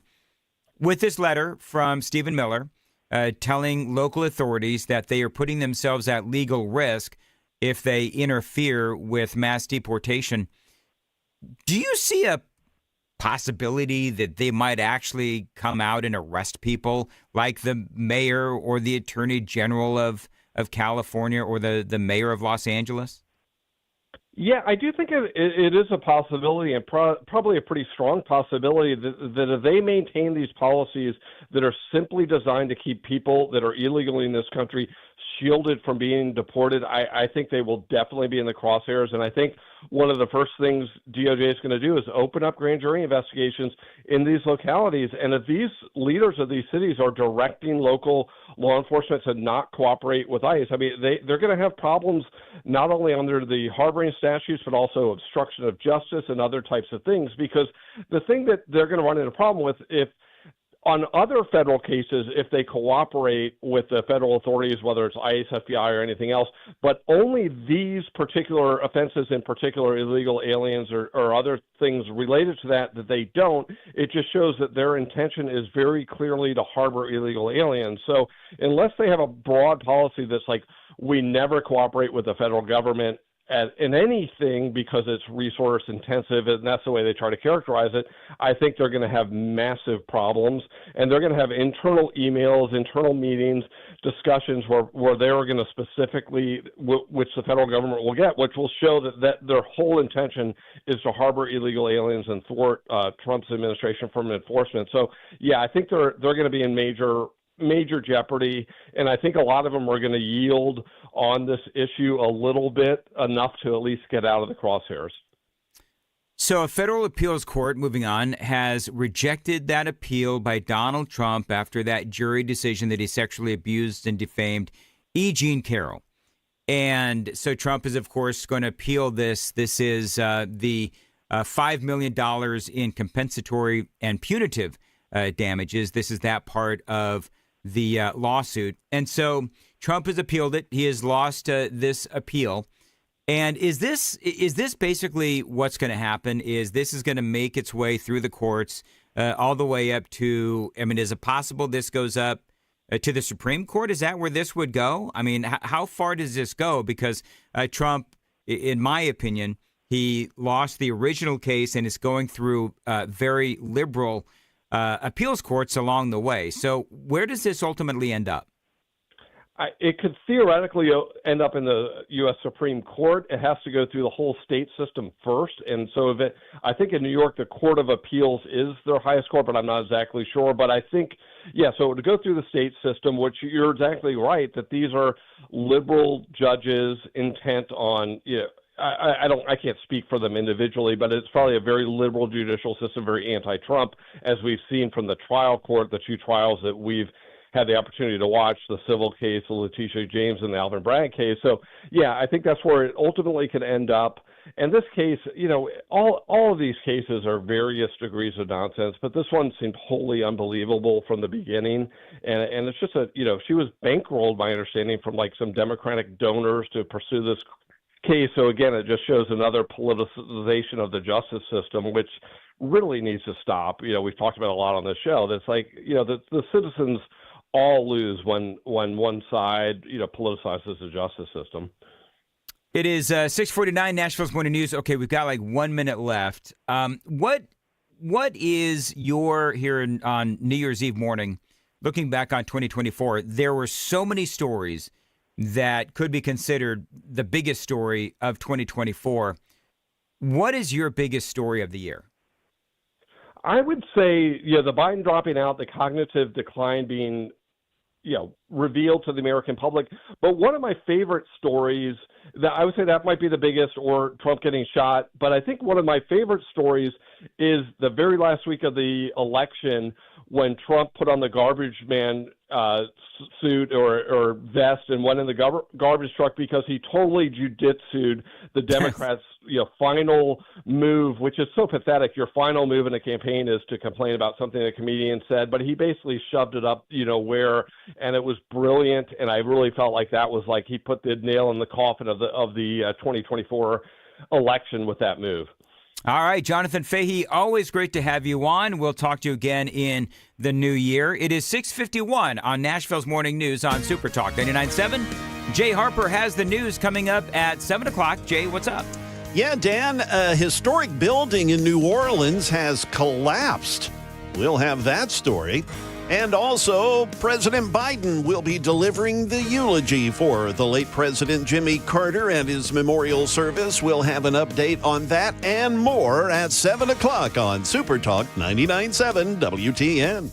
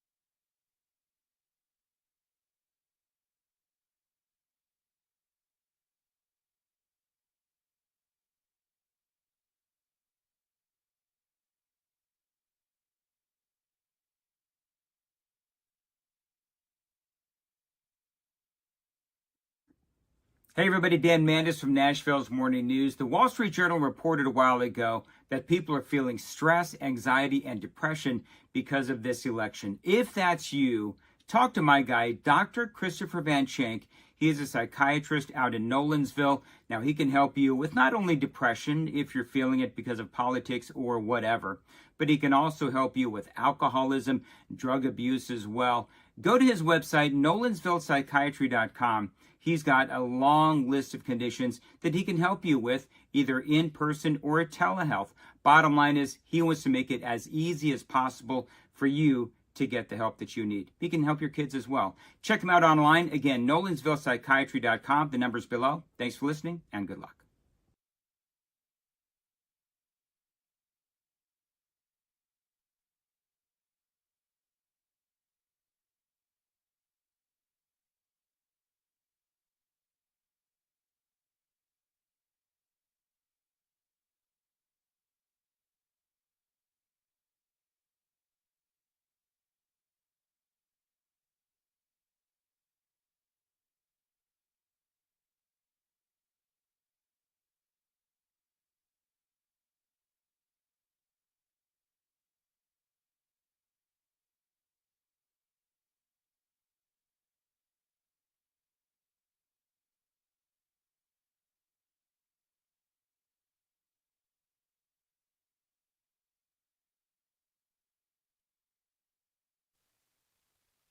.655, Nashville's Morning News on Super Talk 99.7 WTN. Dan Mandis here along with Jay Harper in for Joan. Jeff Malinoff is producing this morning. And, I'm sitting here and I'm trying to think of, as we all bring in the new year, what's the biggest, I asked Jonathan Fahey, what does he think the biggest news story of 2024 is? I mean, you've got Trump and his victory. Crazy come from behind victory, by the way. Just a crazy political comeback. You've got Joe Biden's diminishing brain. You've got the cover-up. And you've got the just incredible loss of Kamala Harris. You've got the assassination attempt of Donald Trump. There's so many, you've got any number of stories that could be considered the biggest political story of the year. So coming up in the 7 o'clock hour, I'm going to ask you, I'm going to take some calls. What is your biggest story of the year? What is your biggest news story of the year? And I'm trying to figure out, and I was having a little fun with this, was 2024 a great year or a terrible year? Because on the one hand, I'm sort of prone to think that that it was a great year, but there's also some bad stuff that happened. But at the end of the day, Donald Trump won the election. Well, by the way, I love this. Let me go back to it. 80-64. We're talking about the Democrats and how the Democrats, there's no joy in Democratville right now because they lost the election. They are rudderless. Their leader, Joe Biden, is, rudderless as well, brainless. So somebody, 8064, sent this in. The Democrats had joy. Jokes on you, Democrats. I love that. I think that's funny as all get out. And it's kind of funny, too. We're talking about Don Lemon yesterday. You remember the whole Don Lemon thing where he was, sort of laughing maniacally about this battle that's been going on between Republicans, you have over the whole H-1B thing. And I thought it was interesting because he is getting absolutely skewered because of this post that he had on the socials. You dumb idiots. Now you're just figuring this out. You're so stupid and you deserve it. You deserve it because you're so dumb. And he's talking to, Donald Trump supporters. And what he's trying to say is that MAGA Republicans were duped by Donald Trump and Elon Musk and Vivek Ramaswamy because of the whole H-1B, I should say, H-1B visa disagreement. But what he doesn't understand is at least we, on our side of the aisle, we're willing to have conversations, which is not something that happens on the Democrat side. Jim, it's hypocrisy. So go with me here. Yes, I am gloating over your stupidity and how you were taken. I'm cackling in Kamala, says in Shanta. You have been co-opted because you're in a cult. Now, clearly, as I mentioned yesterday, we're not in a cult. Don Lemon doesn't get that this, again, is a discussion. If it was a cult, if we were, as Don Lemon describes, because you're in a cult, then we wouldn't be vocal about this at all. See, being in a cult is actually what the Democrats do, which is they just go along to get along. Nancy Pelosi says this is what you're supposed to do, or Chuck Schumer says this is what you're supposed to do. Well, then, like a bunch of freaky cult members, they toe that line. They just say, okay, that's what we're going to do. Pelosi says do it. Schumer says do it. Whoever is running Biden's brain says do it. Then the Democrats do it. That, Don Lemon, is cult-like. And you deserve to get attacked like you are in the media this morning. It is 6:59, Nashville's Morning News on Super Talk 99.7 WTN. Okay, coming up next, what is your biggest news story of the year? Straight ahead on Nashville's Morning News on WTN.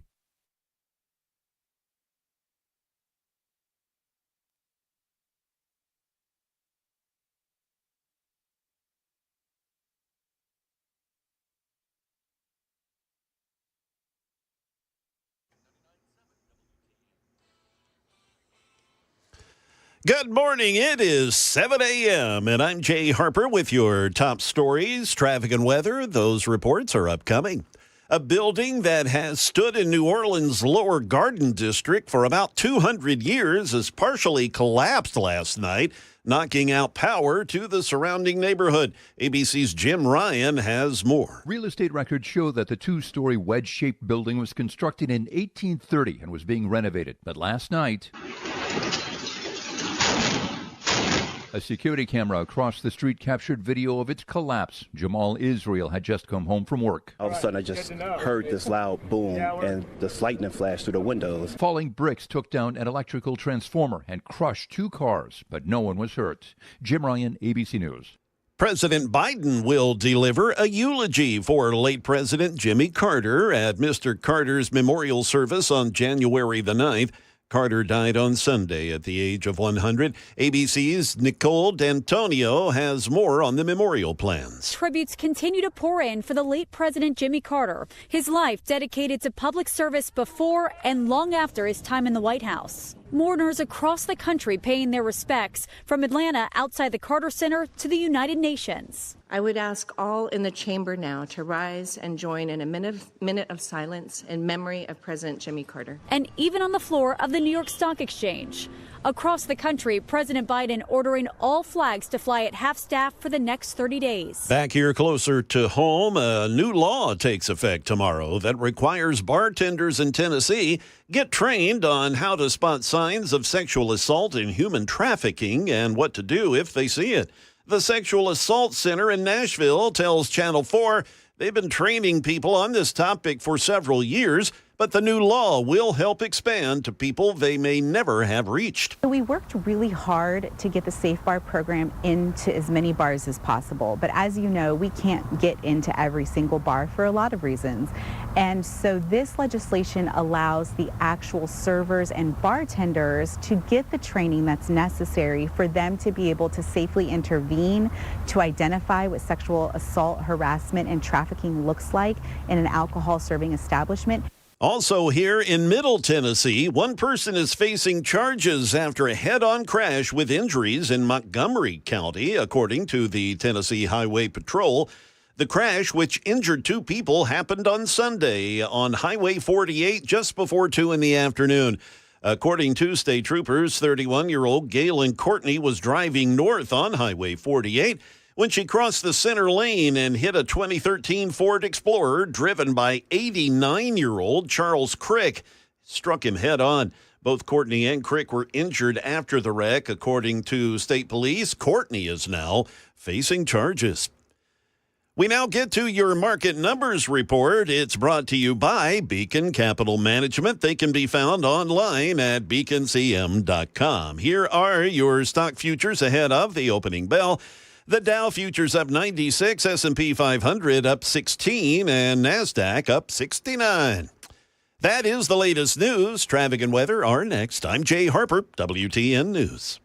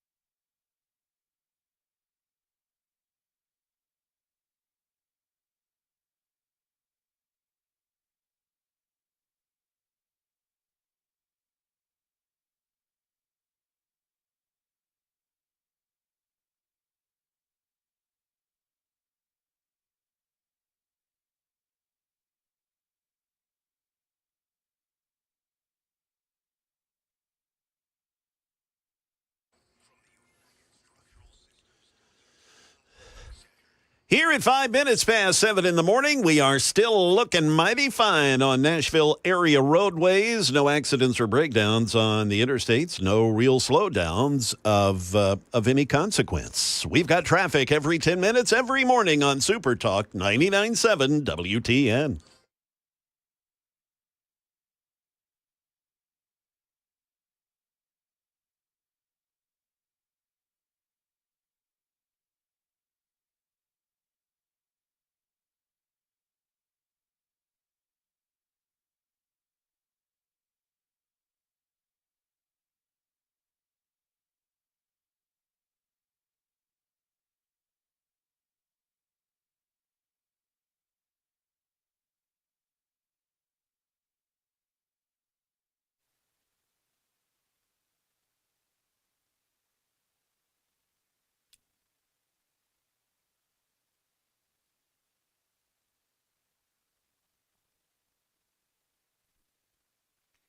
.706, Nashville's Morning News on Super Talk 99.7 WTN. Welcome on in to Nashville's Morning News, along with Jay Harper in for Joan. Jeff Malinoff happily producing today. I'm Dan, and I am so glad that 2024 is coming to a close for a number of different reasons. And I'll get into those reasons, but on this New Year's Eve morning, I want to know what you believe is the biggest story of 2024. Because let's be honest, there's a lot. I mean, you could talk about the biggest political comeback in political history. And by the way, the phone lines are open. 615-737-9986. Taking your calls on this New Year's Eve morning. What is your biggest news story of the year? And as I said, it could be Donald Trump's political comeback. It could be the assassinations attempts. It could be Kamala Harris and her monstrous loss. It could be the cover-up of Joe Biden's cognitive decline. You see, there's a lot. There's a lot that are out there, and a lot of different stories that you could say would be the biggest stories. Now, for me, And as I've said, 2024 has been a great year, but it's also been a terrible year. And a lot of the terrible stuff, see, here's the thing. A lot of the terrible stuff has been fixed by the election. Now, for me, one of the biggest news stories of the year, and I just found out about this, is that our own Murphy Show has been named the 2024 Best of Music City Communities Choice Awards. He has been named as the radio personality or show of the year. Congratulations, Murphy Show, as he settles in on Afternoon Drive. But here's part of what's going on when we put 2024 behind us. Number one is I think that the media is doing one heck of a mea culpa. And I think that's part of what I find interesting.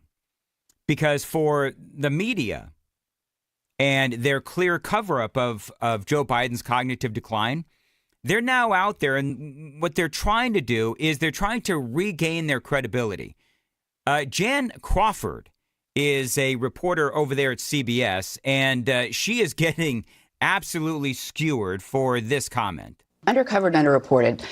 That would be, to me, Joe Biden's obvious cognitive decline that became undeniable in the televised debate. It's starting to emerge now that his advisors kind of managed his limitations. It's been reported in the Wall Street Journal for 4 years, and yet he insisted that he could still run for president. We should have much more forcefully questioned whether he was fit for office for another 4 years, which could have led to a primary for the Democrats. It could have changed the scope of the entire election. Well, see, that's the thing. When you look at that particular story, the media covering up Joe Biden's decline, it could have forced, as you just heard Jan Crawford say, it could have forced the issue with Joe Biden. And they could have said, all right, Joe, you know what? You're out, and we're going to have a primary. And that could have just follow the bouncing ball. All right, so then there's going to be a presidential primary.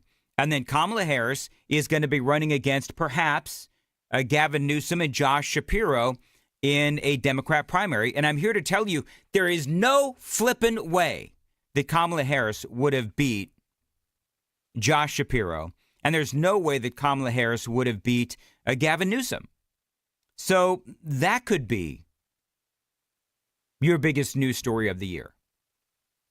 But I just love how the journalists, they're now coming out and they're trying to save face. And part of this discussion about the media not covering Joe Biden's decline, clear decline, you heard her say obvious decline, is that talk radio did cover it.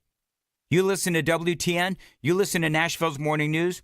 Friends, we were talking about that incessantly for like 4 years. You know what? Who else knew was Donald Trump.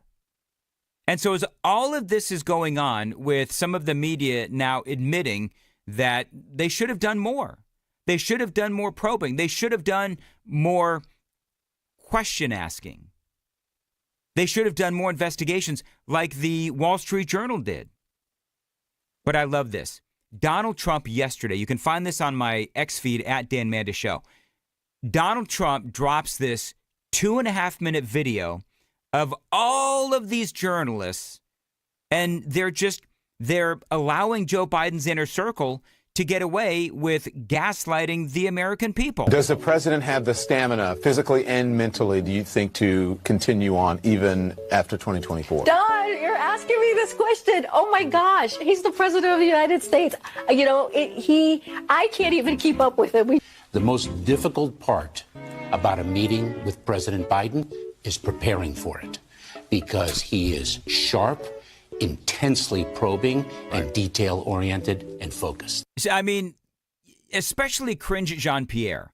Knowing what we know now, don't they sound silly?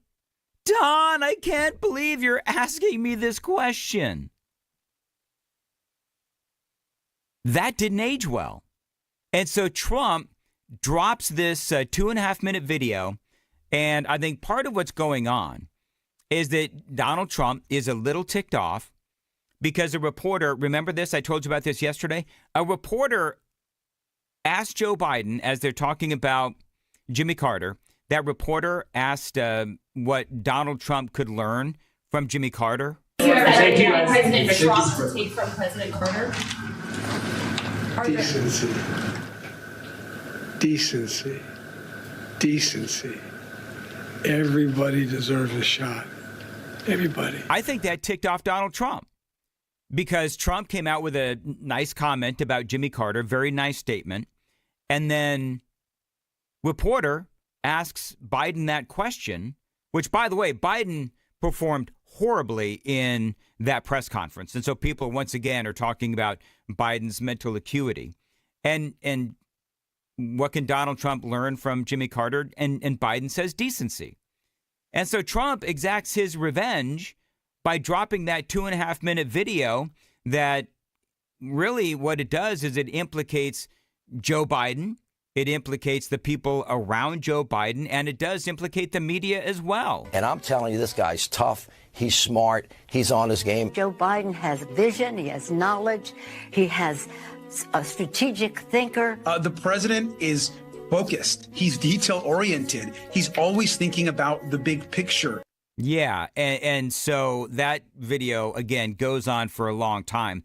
And, you know, as we've been talking about, and we've been talking about this for years, it's like they have their talking points.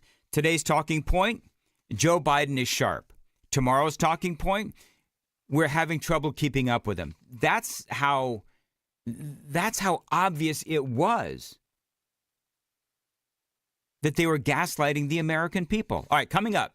What is your favorite news story of 2024?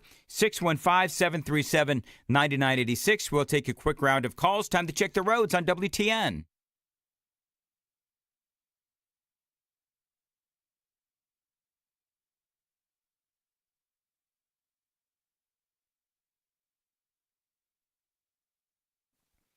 Very good as far as your weather for today and tonight. Heavy winds during the day, mid-40s all day.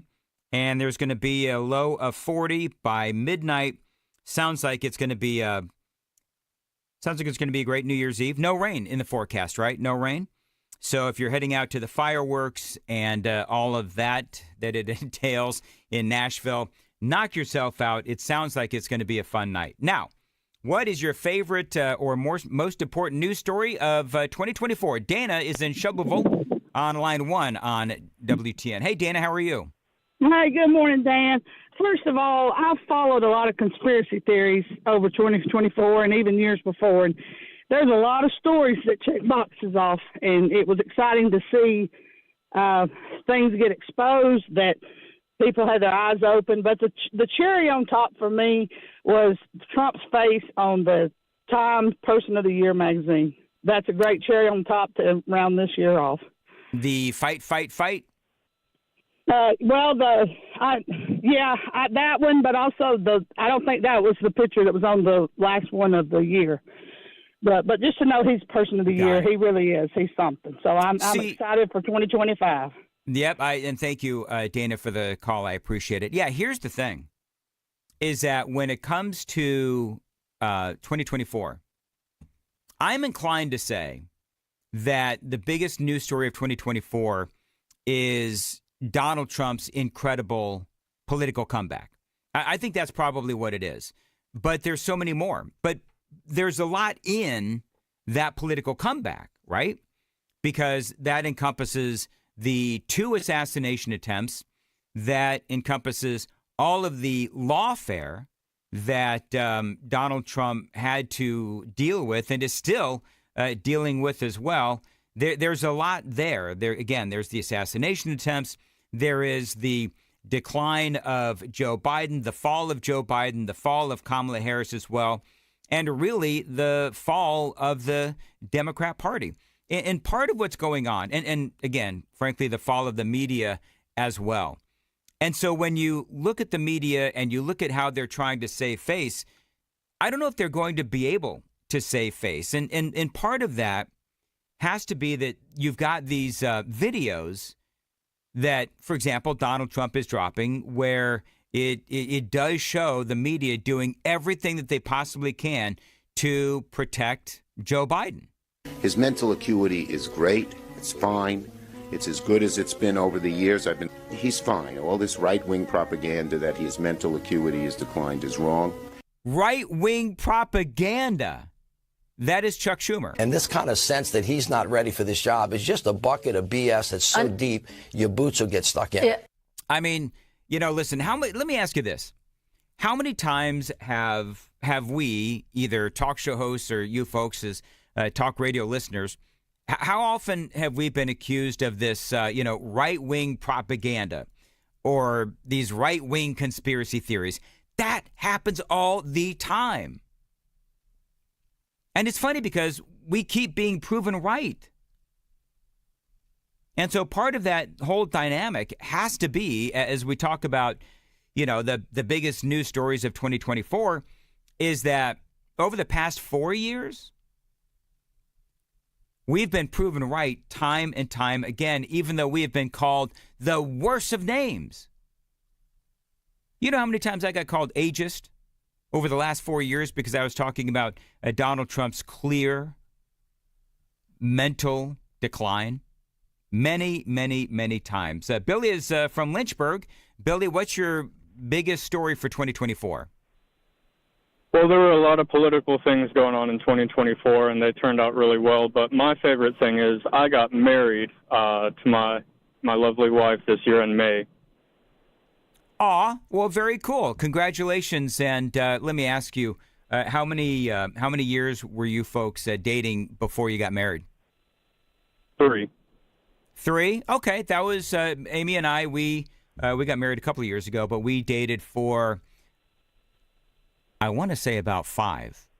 And I could have gone longer, but she kind of put her foot down, and it was the best thing I ever did. And Billy, thank you very much for the call. Enjoy your New Year's Eve with your lovely bride. My name is Dan Mandis, along with Jay Harper, and also Jeff Malinoff. And coming up, I don't know if you've heard, but the bird flu is now here, and here in America, and we actually now have some people calling for, wait for it, vaccinations.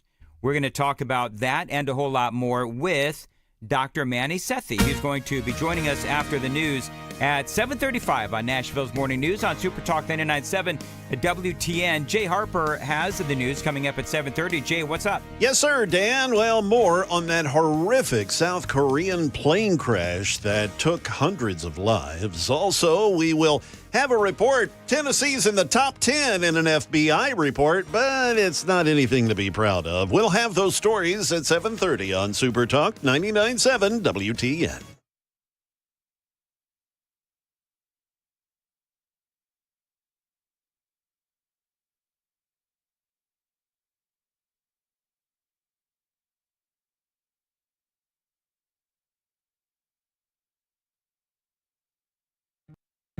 Hey, what's up, guys? It's Matt Murphy in the middle of downtown Franklin, Tennessee. We've talked so much about Savory Spice. I thought, why not show you the place? So let's go on in and see what's popping at Savory Spice. As I've always said, you will smell the spices even before you walk in. I can smell them right here in the doorway. Come on in, and let's introduce you to the one and only Holly, who is the owner and proprietor of Savory Spice. Say hey, Holly. Hello, everyone. Now, enough about Holly. Let's talk about spicy and easy products like the incredible taco soup, which, as I said, you put this in a crock pot, you put all the ingredients that it tells you to buy right there, you put the spices in, and it's so easy. So if you don't know what you're doing around the kitchen, it's a perfect way to find your way around the kitchen, as is the Mediterranean dill risotto. Now, for the holidays, pumpkin pie spice. What doesn't it have, Holly? Pumpkin. It doesn't have any pumpkin in it. That's a fun fact for all of you kids out there. Now, if you stop by Savory Spice, either in the Franklin location or at L&L Market, you can get yourself a sample of the dill dip, which is my absolute favorite. Just tell them Matt Murphy sent you to Savory Spice with purchase now. So come by Franklin or L&L Market in Nashville and come see Holly and the entire crew at Savory Spice.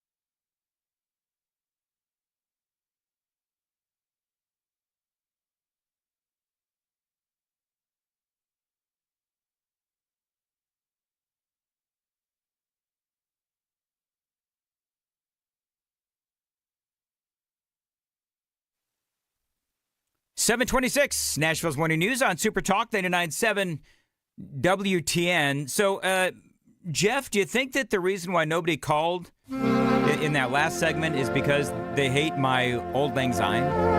Is this like a tune-out factor, or is it like literally my voice? I think it was overplayed. That could be a factor. Overplayed? You played it 3 times in 3 separate segments. It's a nice song. Yeah, and that sounds like the Guy Lombardo version there. It is the Guy Lombardo version. It's the terrible version. That's why I run it. Maybe that's the problem. But of course, Jay knew what it was, too, just on the But phone. you know that song, I mean, none of us know the lyrics. It should old acquaintance be forgotten. Right. Nobody knows the rest of the song. So should old acquaintance be forgotten? Is that what the line is? I think so. And then after that, I have no clue. Can I just say there's a lot of acquaintances I'd like to forget? Hey, by the way, how do I know that the listenership on this Friday morning eve is extremely low? How do I know that? Because apparently I said that Donald Trump has clear cognitive decline. Yeah, I heard you say that. When I meant to say Joe Biden, I got one person that said that, that pointed that out, that he said, you do know that you said that Donald Trump has mental decline. It's like, I meant Joe Biden. I'm the one, apparently, that has mental decline. I was hoping we can just ignore it and get through it. Well, but dude, of course, nothing gets by these people. Well, dude, you've been up for 20 hours. I mean, come on. This is true. I only got one person that pointed it out, though. And like 1.5 people called on my what's your best story for 2024. Like one guy had a legit take, and the other guy, which is great, his whole thing was 2024 is great because he married his beautiful bride. It wasn't really what I was looking for, but that's okay. Caitlin says, don't show your age, Jeffrey. Oh, sorry that I think it's just not my era. Sorry. Why? I think that... It's nice. It's like a first dance kind of song to a marriage, for sure.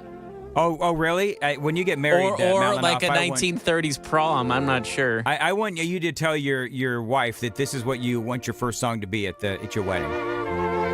Well, if I marry the girl I'm seeing now, we'll have a talk. But I doubt she'll be into this. Actually, she's kind of old school. She might be thinking about it. You still daring? What did we decide to call her? Natasha, I think Natasha, it was. You're still dating Natasha? Well, okay, she's in Florida now, and she's coming back next week, and I'm taking her out when she comes back. All right, very good, very good. You've made it a couple of weeks. Congratulations, Jeff. Well, I mean, I think the smart thing I'm doing is I'm giving her space and not just over texting. You know, I think that's a classic mistake nowadays. I'm just letting her go, let her enjoy her family time. You know. Hey, Jay. Did you hear what Jeff just said? He is so controlling. She had to go to Florida to get away from the guy. That's what I heard. If you knew what she was doing in Florida, you would go too. It is. Well, you have to tell us at 8:35. 7:30 now on WTN.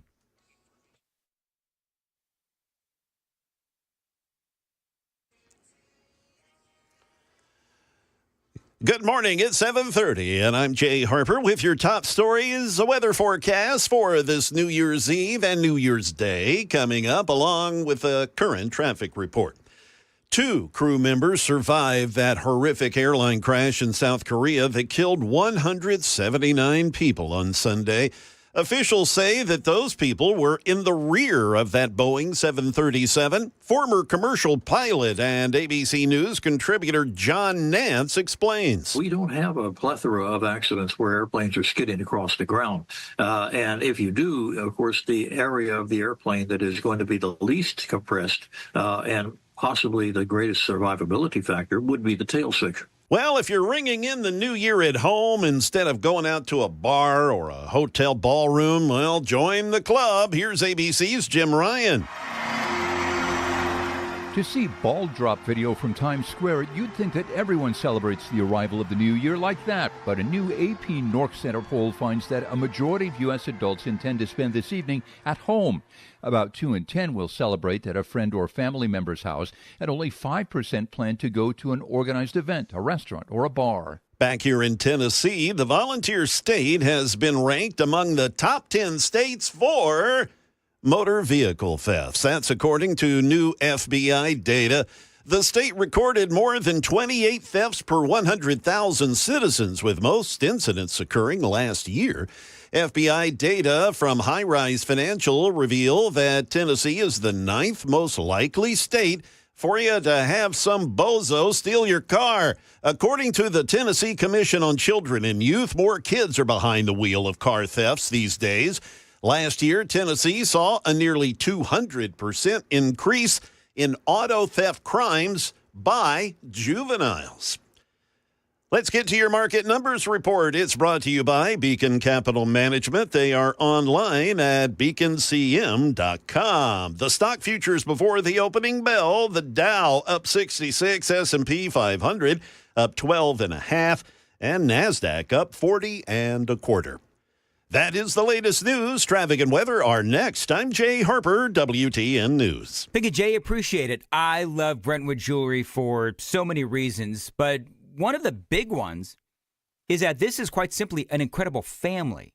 For over 50 years, Brentwood Jewelry has been proudly serving the Brentwood community with exceptional style and exceptional deals every day. But it's a family-owned and operated business spanning 3 generations. Now, they're deeply rooted in this community, from Salem's service in the Special Forces to his sons serving as local firefighters. This is an amazing family dedicated to giving back. In a time that is imperative to support local, shop Brentwood Jewelry. Again, this is an amazing family and an amazing business. And yes, it is my jewelry store. It is the official jewelry store of the Mandis household. So find them online, BrentwoodJewelry.com, 7012 Church Street East, located in the heart of Brentwood, just off Franklin Road. Again, exceptional style, exceptional deals every day for over 50 years. As always, tell him Dan Mandis told you to reach out, BrentwoodJewelry.com.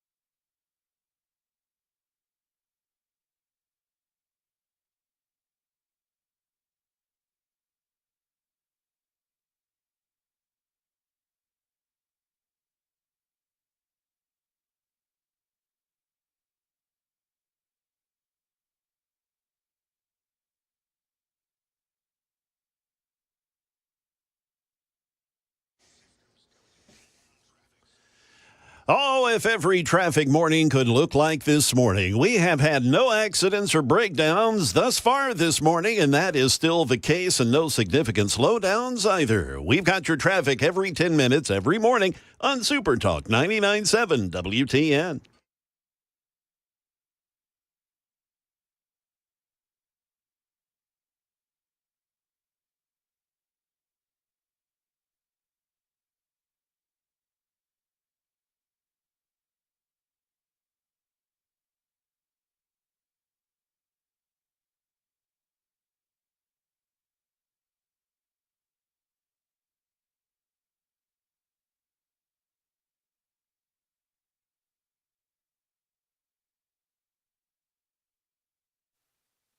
.737 Nashville's Morning News on Super Talk 99.7 WTN. Appreciate you listening to Nashville's Morning News, along with Jay Harper in for Joan. Jeff Malinoff is here as well. And Dr. Manny Sethi is joining us on the Newsmaker Hotline. Doctor, always great to have you on. I wanted to have you on because of the bird flu. And I'm seeing a lot of headlines out there, people getting worried about the bird flu. Believe it or not, people are actually talking about vaccines for the bird flu, which is, you can imagine, provoked quite the reaction. But one of the things, and this is why I wanted to have you on, is because I was reading a really scary story, right? I mean, it's this big headline about how we've got our heads in the sand when it comes to this bird flu. It didn't get until the last paragraph where they talked about how the bird flu symptoms, they're very mild in humans, and it's just, I mean, you're not going to die from it. At least that's what this article said. But I wanted to have you on to talk about how serious this is, the fact that they're saying that it has mutated, and is this something to be worried about? Because a lot of the headlines, admittedly, they're starting to scare some folks.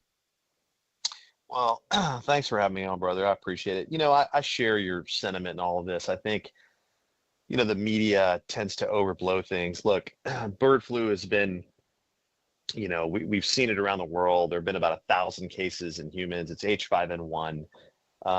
As you said, in the few people in the United States that have been infected, about a total of 60.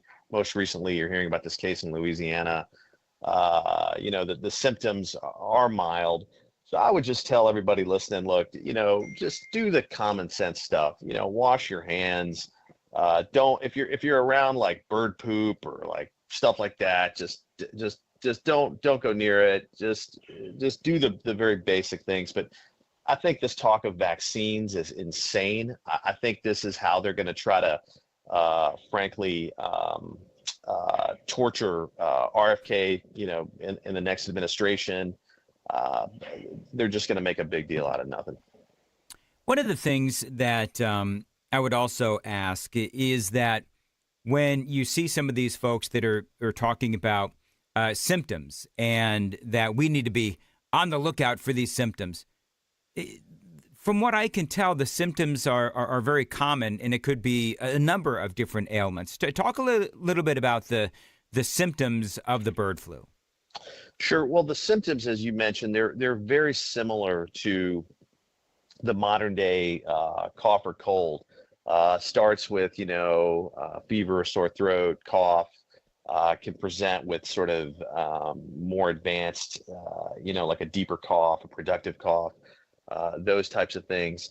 Now, what we really do lack in this sense is testing for this kind of thing.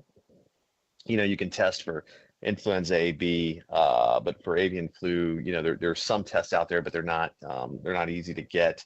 But the treatment would be the same, which is just letting it pass.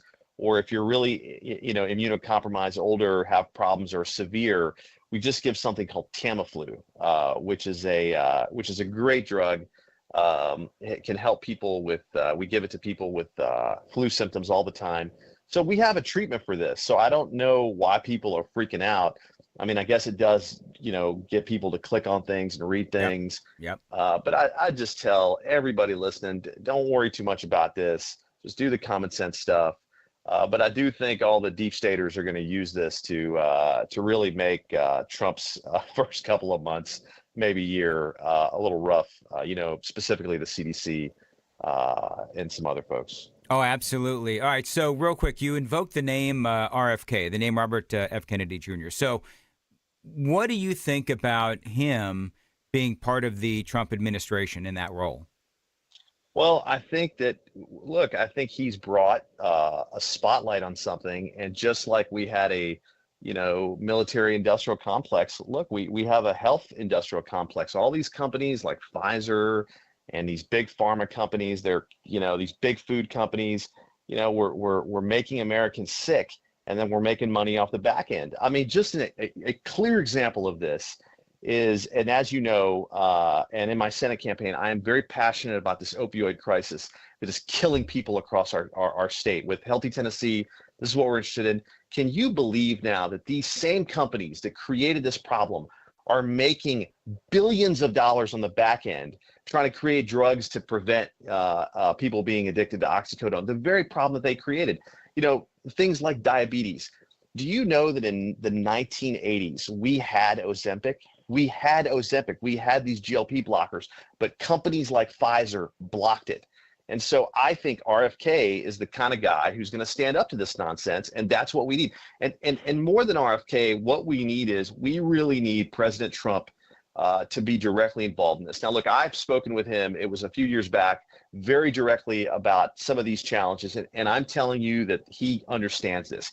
He gets it. And so I just would put all these big pharma companies, the healthcare industrial complex, on notice that things are about to change. One of the things that I thought was interesting with RFK is you've got the fear-mongering of the left and the media, where they're trying to say that he's going to take away all the vaccines and all these things. And what he's basically said is that he wants accountability, he wants reporting, he wants more information on the impact of the vaccines. That's all he wants. And I guess my question, Dr. Mandis, would be, why is everyone on the left and in the media and in the pharmaceutical companies as well, why are they so worried about, very simply, more information being found out?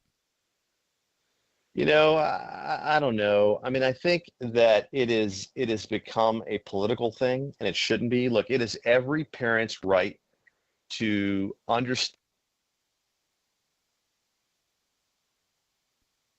Recently, I took my son, they wanted to give him some vaccine for HPV. He's 11 years old.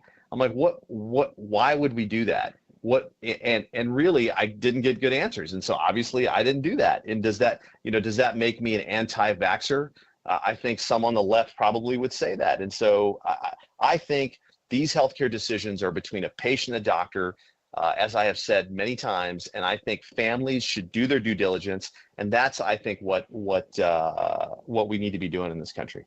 All right, Dr. Mandis, always great to have you on, and appreciate your perspective on the bird flu and also RFK Jr., and we'll talk again soon. Have a great new year. It is 7:45 on Nashville's Morning News on Super Talk 99.7. Time to check the roads.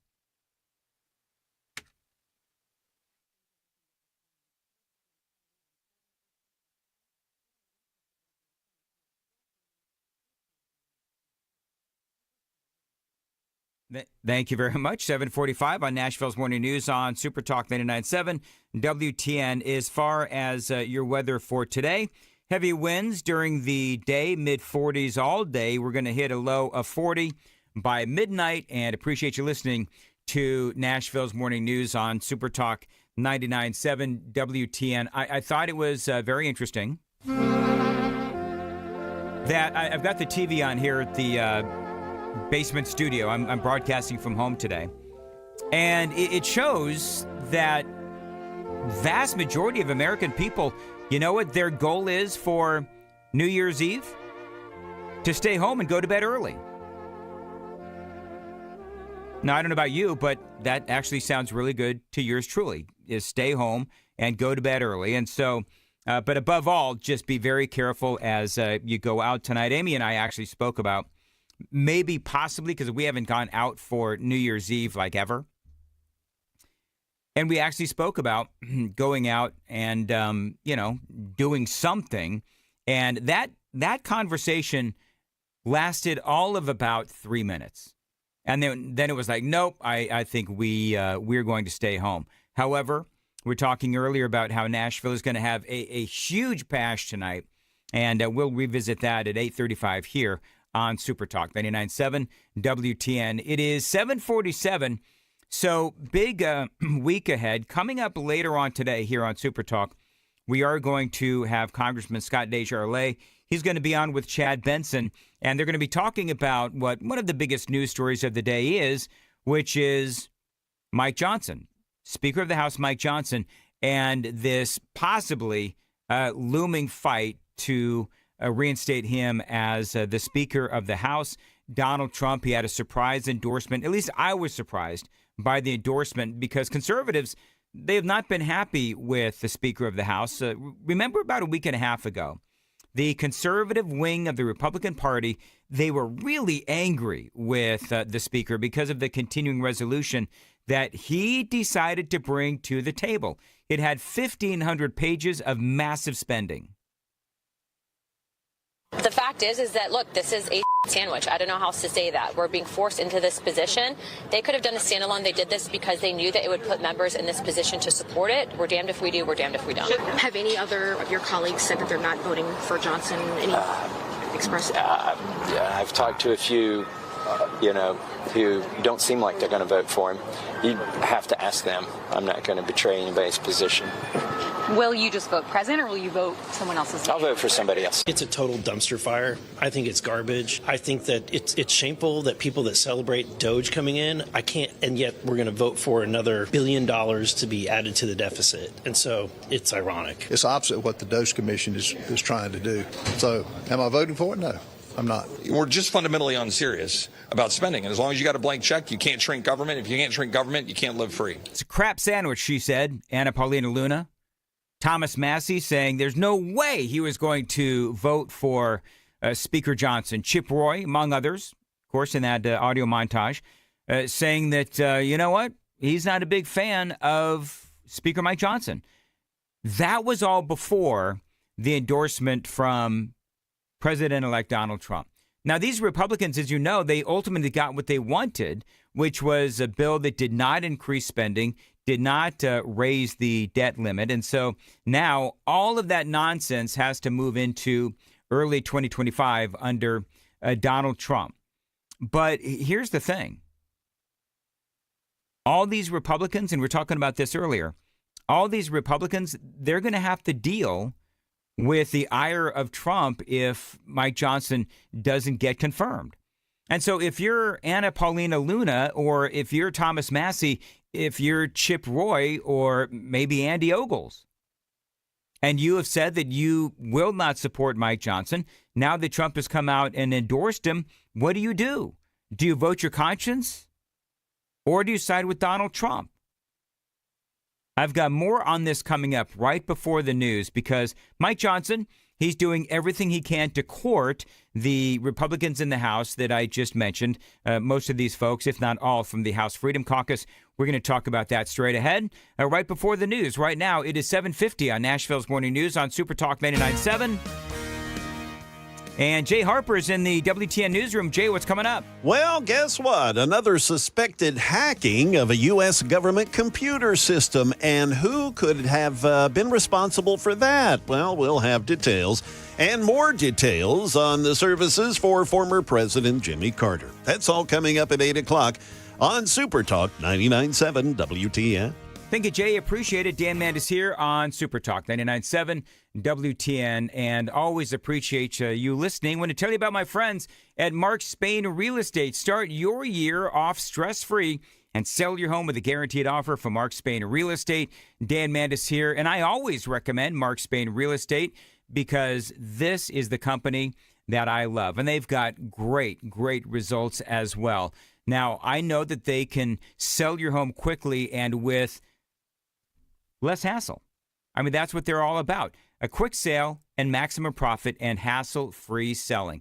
They're going to get you that strong all-cash offer and close when you want to close. Mark Spain Real Estate has been helping homeowners sell their homes for nearly 30 years, and they've been serving over 58,000 families and a whole lot more in 2025. Now, they are the #1 most reviewed real estate company in America with over 12,500 five-star reviews.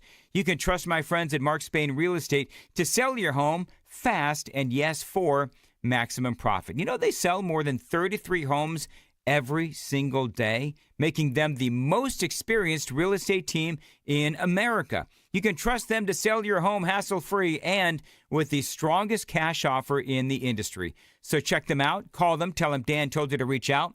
855-299-SOLD, 855-299-SOLD. You can always find them online. It is markspain.com to get a guaranteed offer on your home today. That's markspain.com and start packing.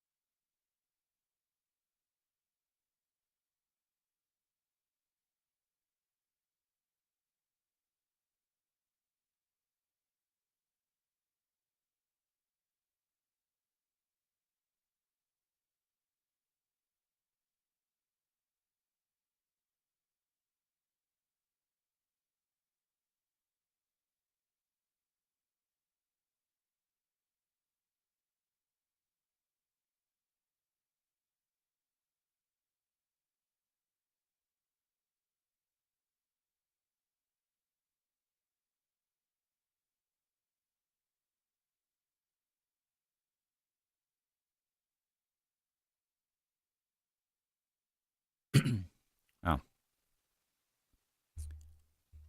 7:56, Nashville's morning news on Super Talk 99.7 WTN. 0026 says the best news story of the day was Biden pooping his pants. Hands down.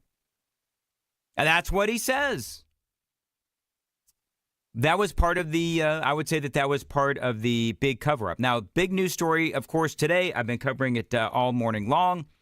Among other things, Mike Johnson, Speaker Mike Johnson. And will he get the votes he needs for the to return to the speaker's chair. Now, Donald Trump, again, surprising for some folks. I was a little surprised by this, but Donald Trump had some very good things to say about Mike Johnson. The American people need immediate relief from all of the destructive policies of the last administration. Trump writing on his Truth Social platform yesterday, Speaker Mike Johnson is a good, hardworking religious man. He will do the right thing, and we will continue to win. Trump saying Mike has my complete and total endorsement, MAGA. And so for Trump, he wants Mike Johnson. I think that part of what's going on is that Trump understands that he can control, I believe. Trump feels like he can control Mike Johnson. The other thing is he doesn't want a speaker battle. He doesn't want 2, 3, 4 weeks where the Republicans are going back and forth trying to land a speaker, and he's literally hamstrung by this House of Representatives as they're battling over who's going to be the speaker. So Trump wants this done. He wants it done now. Mike Johnson was on Fox News yesterday, and he was talking about the conversations with Donald Trump, and he was also talking about the fact that Trump did endorse him. I'm really humbled and honored to have President Trump's endorsement for Speaker again. He and I work so well together, so closely together, and we have a lot of big things to do. He recognizes that what we need right now, I think my colleagues recognize this as well, is a proven fighter and a true MAGA conservative, but also someone who can work with every single member of our very diverse House GOP so that we can get President Trump's priorities over the line. That's what's ahead of us. I think this could be the most consequential presidency and Congress of the modern era because we have to fix everything, and it has to start on day one, so we can't waste any time. No, and see, that's the whole point. But here's the problem that these Congress people have, is that they're on record as saying that they don't want Mike Johnson as Speaker. Then Trump comes out and he endorses Mike Johnson. A lot of these same conservatives have come out and said that they support Trump and literally everything that the man stands for. And so now they're caught because the guy that they endorse and the guy that they want his endorsement coming up in 2 years is saying that he wants Mike Johnson to be the speaker. And if they don't vote for him, then they run the risk of being primaried in 2 years, with their opponent getting a full-throated endorsement by Donald Trump. So that's the pickle that they find themselves in. We're going to fix the border. We are going to get the economy humming again.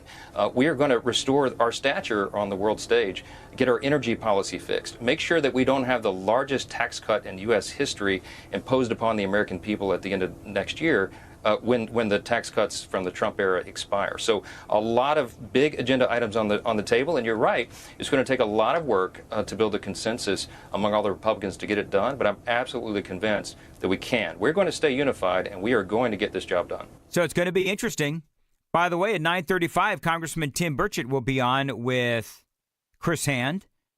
And at 1:05, Scott Desjardins is going to be on with Chad Benson. Lots of Super Talk ahead, including coming up next right here on Nashville's Morning News on Super Talk 99.7 WTN.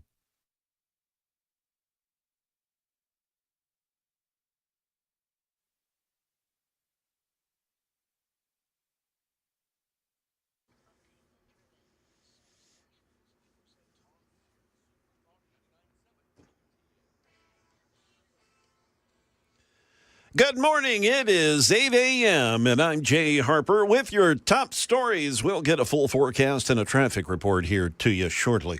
U.S. officials are blaming China for a significant security intrusion. We have details now from ABC's Elizabeth Schulze. She's in D.C. The Treasury Department is calling this a major breach of its systems by China's state-sponsored hackers. In a new letter to Congress, the department says it learned earlier this month that hackers were able to infiltrate a third-party software provider, remotely log into Treasury employees' workstations, and gain access to unclassified documents. The Treasury says it's no longer using that software provider, and it's now working with the FBI to determine the extent of this breach. Plans are now in place for the goodbyes to late President Jimmy Carter after his death at the age of 100. His remains will be moved on Saturday passing by his boyhood home and taken to Atlanta.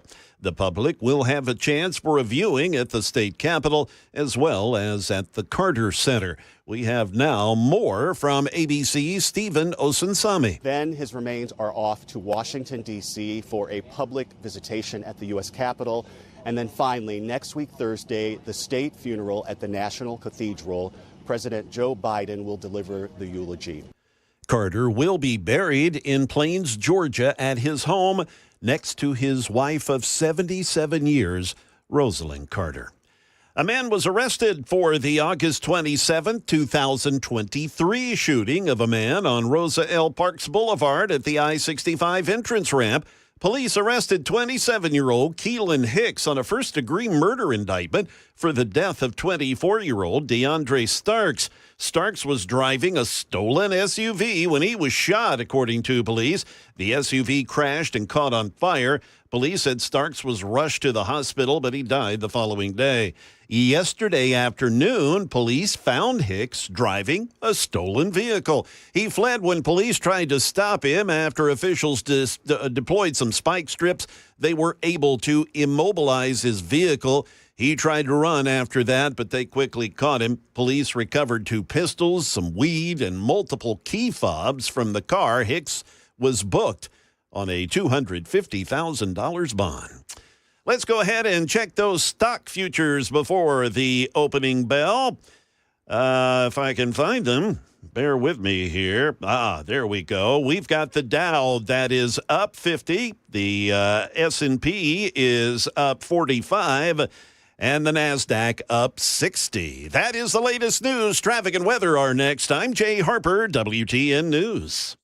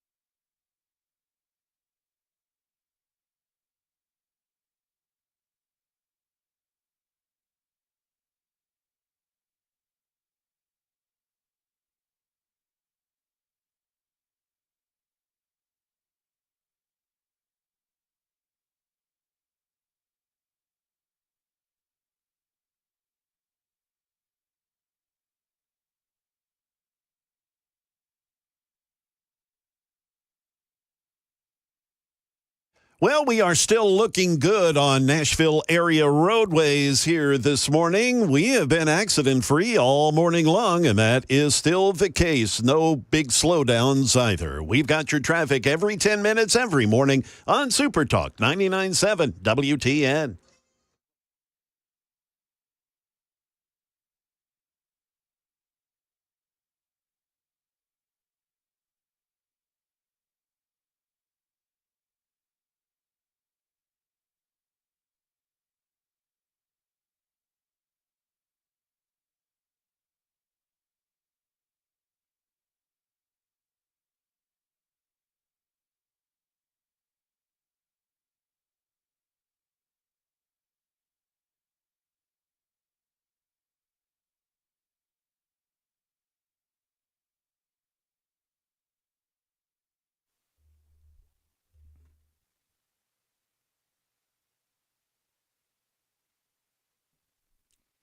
8:06, Nashville's Morning News on Super Talk 99.7 WTN. Welcome on in, along with Jay Harper, Jeff Malinoff as well. Want to welcome into the program Michael Chester, and he is with the Stewart's High School Band, Rutherford County. And Michael, you are the band program and executive director. And I just read this. You folks there at Stewart's High School in Rutherford County, you have the opportunity to go play Donald Trump's inauguration? Yes, sir. Thank you so much. Yeah, so we found out, I think 2 Sundays ago, that the Stewart's Creek High School Band, which is in part of the Rutherford County school system, was selected to represent our wonderful state of Tennessee, the town of Smyrna, Rutherford County Schools, to play at the 60th presidential inaugural parade of Donald Trump and J.D. Vance. And so obviously that's an honor of a lifetime to, represent the volunteer state. And we're on the mission to raise about $120,000 so that we can take all of our band members to our nation's capital for this historic occasion. All right, so I've got so many questions. Number one, how did you get selected? Is there like an application process? How did that whole thing work? Yeah, that's a great question, Dan. Thank you so much. So it is an application process, and the process starts with really making sure that you get a lot of community support. We were able to garner letters of endorsement from Representative Desjardins and Scott Haggerty and Marsha Blackburn's office. Of course, our mayor, Mary Esther Reed of the town of Smyrna, our state representative Mike Sparks, and State Senator Don White, of course, our Rutherford County Commissioner Phil Wilson. And between getting letters of endorsement and then, of course, the band members themselves, we're just very lucky to work with such talented band members. We put together an application and kind of like a highlights reel and put that application in, and then just kind of hoped for the best, and didn't hear anything for a little while. And then it was 2 Sundays ago that we got the official email from the Joint Task Force in Washington that we had been selected. So you find out that you're going to be selected, and you have this opportunity, this amazing opportunity, but then you realize you've got to raise $120,000. Is that normal, where it's like, okay, you're selected, now come up with this money? I mean, how does that typically work? Yeah, that's a great question. So for this particular type of parade, because it's a once every 4 years kind of opportunity, it's a short window. And so, for a lot of the high school bands and college bands that are selected, that's just part of the process about trying to raise, the capital funds to get the band on the road, and working with your community and asking for donations. And so it's kind of part of the I guess, I don't know, I wouldn't say the charm of the experience, but it's certainly part of the experience. And we feel really confident that, we have so much community support, not just in the Smyrna and Rutherford County communities, but I mean, we're representing the entire state of Tennessee. And so we're really hoping that we're able to solicit the support of businesses, community leaders, our elected officials here in the state of Tennessee, because, we want to take our young people to our nation's capital to be a part of this historic event. I mean, this is the kind of experience that our students will remember for a lifetime, and that they'll tell their children. And so we're just really proud. We're really humbled, and what a great time, in our nation's, history to have our band program represent the volunteer state. Well, in your band, and by the way, Michael Chester joining us, band program and executive director for the Stewart's Creek High School Band in Smyrna, Rutherford County. And you folks have gone to various events. I'm reading here, you've performed at the Pearl Harbor Memorial, the Chicago Thanksgiving Parade, the Lincoln Memorial as well. This is obviously by far presidential inauguration, the biggest thing that these kids have ever done. How many kids, I don't know anything about band, how many kids are typically in band? It varies. They're across our state of Tennessee. You might have some kids. It could be, 30 kids. It might be 60 kids. We have 160 musicians that we're taking, students grades 9 through 12.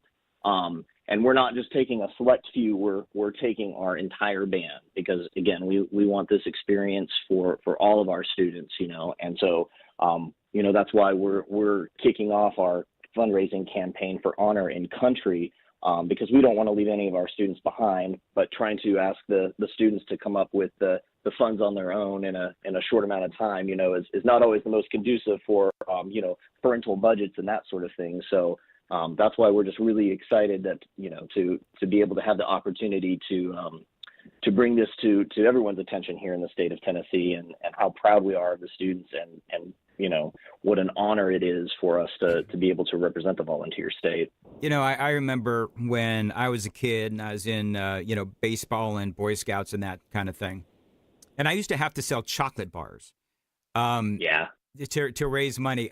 This is, though, for you folks, I mean, this is like $120,000. This is a lot of money in a short amount of time. Something tells me that this is beyond selling chocolate bars door to door or in front of Walmart. So you're asking for folks to help donate, whether it is businesses, whether it's individuals. What are the 120 band members, I think you said, what are they doing to try to raise this money? Is there some sort of initiative that these kids are trying to do to raise this money? Yeah, absolutely. So we're of course, we haven't seen the kids, since we've been on break. We don't actually return to school until a little bit before January 6th. And so, we've got several fundraising initiatives that we're kind of getting worked out, so that the kids are able to ask for donations. A lot of the fundraising now, back in my day, it was the same thing. You used to have to sell, candy bars or, wrapping paper and that sort of thing. And, here in the 21st century, we're very lucky because of QR codes and, online donations and that sort of thing. So part of our fundraising strategy for the students and their families, we have a website, supportschsband.com, where we're getting the word out through social media. It's a big one for us, through social media, through word of mouth, and letting everybody know that this opportunity exists for the students. And the students are when we meet again, because we're actually meeting with the band on January 6th, they come in a couple days before school starts, to really make sure that they're doing their part. We've had several parents that are going to their places of work and all around the town, all around Murfreesboro, Rutherford County, Nashville, and just letting people know this is, a great opportunity to support these students in this wonderful time. There's got to be a musician like a Garth Brooks or Morgan Wallen or somebody of that stature that loves what is going on with Stewart's Creek High School, your band, there in Smyrna, and would just write a check. But it's obviously, clearly not all that simple, because trying to get their attention is rather difficult. So who knows if you'll be able to get their attention. But I guess part of my question would be, and I'm gonna ask you to answer this coming up after the traffic, but how far along are you in this goal to raise $120,000? I'm going to ask you to answer that coming up after the traffic on Super Talk 99.7 WTN.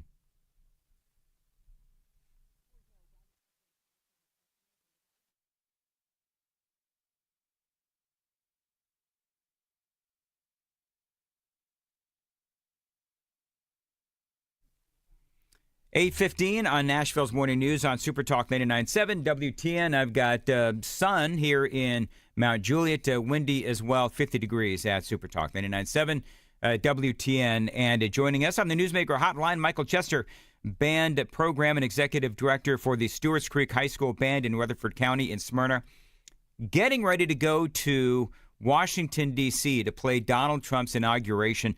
What an incredible opportunity for these kids. You're trying to raise $120,000 in a very short amount of time. How far along are you in that goal?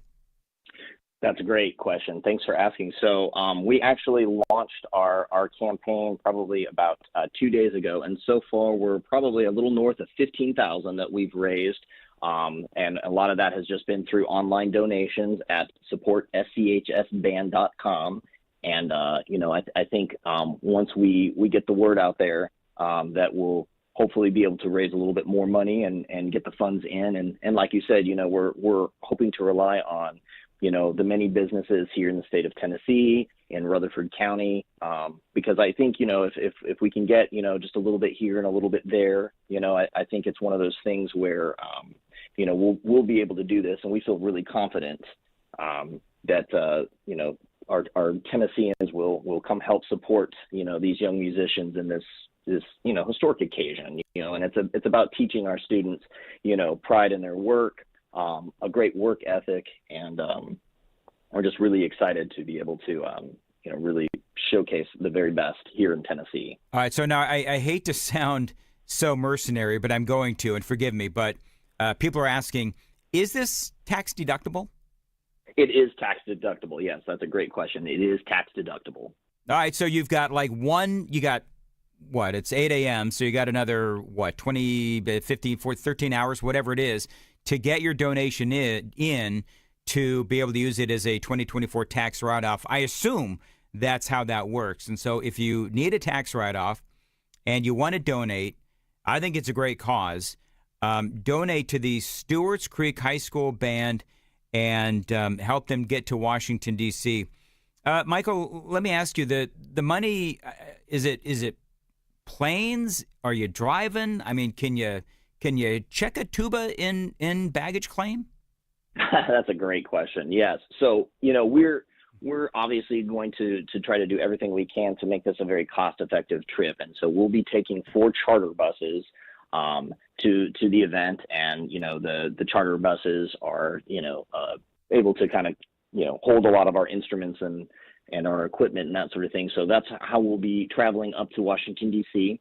Of course, obviously, this is a great lesson in supply and demand with our students because, obviously for this event, hotels are at a premium. And so we're really lucky that we did some groundwork to make sure that we can get them up there and get their lodging taken care of so that all they have to do is worry about having a great performance. And so, we're really trying to make sure that we get what we need, for the students and, helping them to raise the funds that are needed for this trip of a lifetime. So, that's why we're relying on so many friends, family, businesses across our state to help us come up with this capital because, again, this is a once-in-a-lifetime opportunity for the students. They're so deserving of this, and absolutely. have the pride, for representing their state of Tennessee. It's just something, words can't describe it. And, when we march past, the presidential viewing stand, a lot of times that's a great photo opportunity, but just to see the looks in the kids' faces, they march down Pennsylvania Avenue. Words really can't describe what that's going to be like. Does every state have a marching band go? That's my understanding. We're still waiting. There's an official press release that will probably come out from the Trump inaugural committee and the Joint Task Force up in D.C. about the bands that are selected for that. But usually every state has some kind of a band. There are also, in addition to bands, there are like equestrian units and then, other type of marching units as well. But the other thing that's also really exciting about the trip is that I want to make sure that we mention that the hard work of our service bands, the United States Army Band, Marine Band, Air Force Band, Coast Guard Band, a lot of those service bands, that they do these kinds of things all the time, and to be able to share that opportunity with those musicians is going to be an incredible opportunity because, of course, we look up to them for these kind of civic events. And to be with some of the best bands in the country, is truly something that's going to be special. All right. So real quick, how do people donate again? Give that website. I'm also going to put it on my Facebook page and on my X feed as well. What's the website? The website is supportschsband.com. And again, it is a tax-deductible donation. So we're trying to raise $120,000 for our students for our campaign for honor and country. And, we're really excited. Every little bit helps us get there. And, we're just really thrilled to have the opportunity and to serve serve our nation and to represent the volunteer state. What's the deadline? So we're trying to get everything done before, a little bit before we leave on January 20th. So, I think we're probably going to be taking donations all the way through the 20th. So, obviously, those that are able to do so, we ask that they, make that donation. They can also send, if they don't want to make an online donation, we're also able to take, checks or money orders that can be mailed to our school at Stewart's Creek High School. And we can also be emailed at our email address is Stewart's Creek Band, and that's Stewart's, which is spelled Stewarts, creekband@gmail.com. And I can give our mailing address, and of course, you can probably find that on Google as well. Can people, Michael? Can people donate like by Venmo and those kinds of online donations? So we don't actually have a Venmo set up, but we do have an online one where you can take credit or debit cards. Okay. But we don't actually have a Venmo. We have to, we have a very particular system that we have to do for, school accounting and that sort of thing. So we're not on Venmo just yet. Well, listen, good luck. Keep me updated and let us know what happens. And I just let us know the closer you get to the goal. And, I think that if we can do anything to help you here at WTN, we absolutely will, because this is a great thing, and we love to bring awareness to local heroes. And I think that you and all the students there at Stewart's Creek High School in Rutherford County, I think y'all are heroes, and I want to do whatever I can to help you folks go. So will you keep us posted? Absolutely. And again, I appreciate everything that you guys and all of the members of our community are doing to really help make this possible for our students. All right, Michael, good luck. Appreciate it. It is 8:23 on Nashville's Morning News. Jay Harper is in the WTN newsroom. Jay, what's coming up at 8:30? Yes, sir, Dan. As you can imagine, New York is gearing up for tonight's New Year's Eve celebration, and security a top priority. And the CDC, they have issued a health alert. We'll have those stories at 8:30 on Super Talk 99.7 WTN.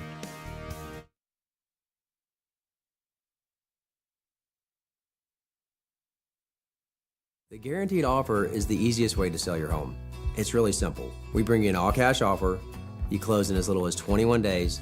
No home inspections, no lock boxes, no open houses. Go to markspain.com to get a guaranteed offer and start packing. Hey everybody, Dan Mandis from Nashville's Morning News. The Wall Street Journal reported a while ago that people are feeling stress, anxiety, and depression because of this election. If that's you, talk to my guy, Dr. Christopher Van Schenk. He is a psychiatrist out in Nolensville. Now, he can help you with not only depression, if you're feeling it because of politics or whatever, but he can also help you with alcoholism, drug abuse as well. Go to his website, nolensvillepsychiatry.com. He's got a long list of conditions that he can help you with, either in person or at telehealth. Bottom line is, he wants to make it as easy as possible for you to get the help that you need. He can help your kids as well. Check him out online. Again, nolensvillepsychiatry.com. The number's below. Thanks for listening, and good luck.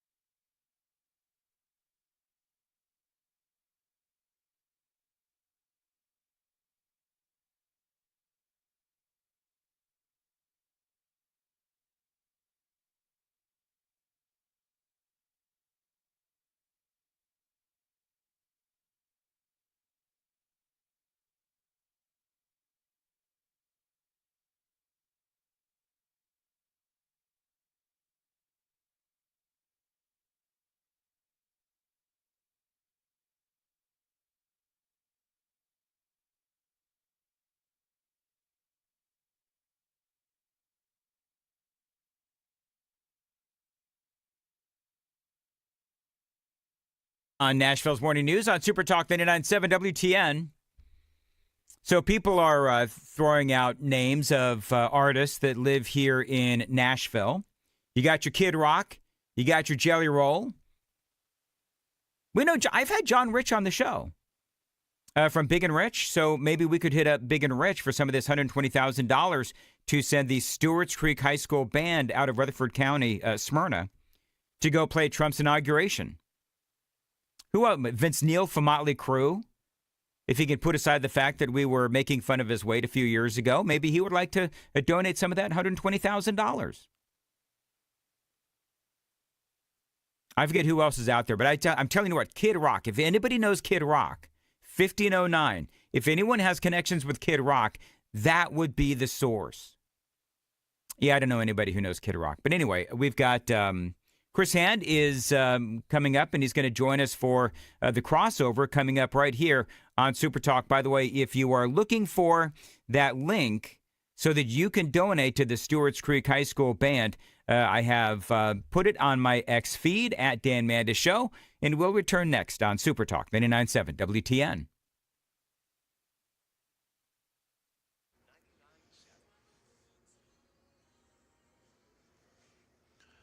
Good morning. We are coming up on 8:31, and I'm Jay Harper with your top stories. A forecast and a traffic report are upcoming.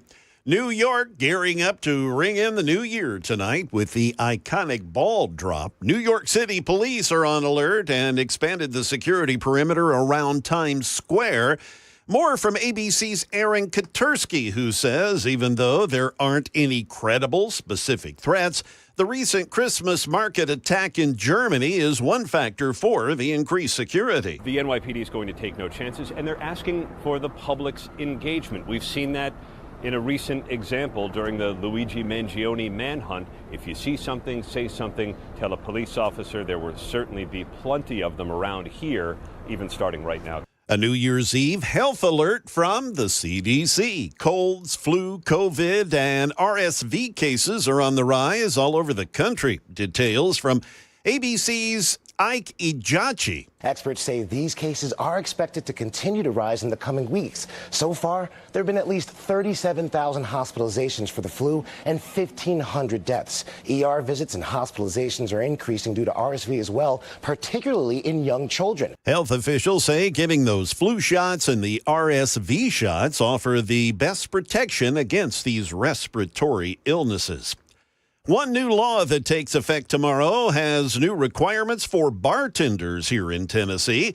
We have more now from Channel 4's Danielle Ledbetter. This new law requires bartenders to get training on how to spot sexual assaults and human trafficking and what to do when they see it. Again, this law will take effect on Wednesday, and long before this law, the Sexual Assault Center has been doing trainings on this exact topic, and they feel with this new law, they'll be able to reach more people and places than they were able to do on their own. Let's check your market numbers now, moments after the opening bell. The Dow is up 136, the S&P up 15, the NASDAQ index up 42.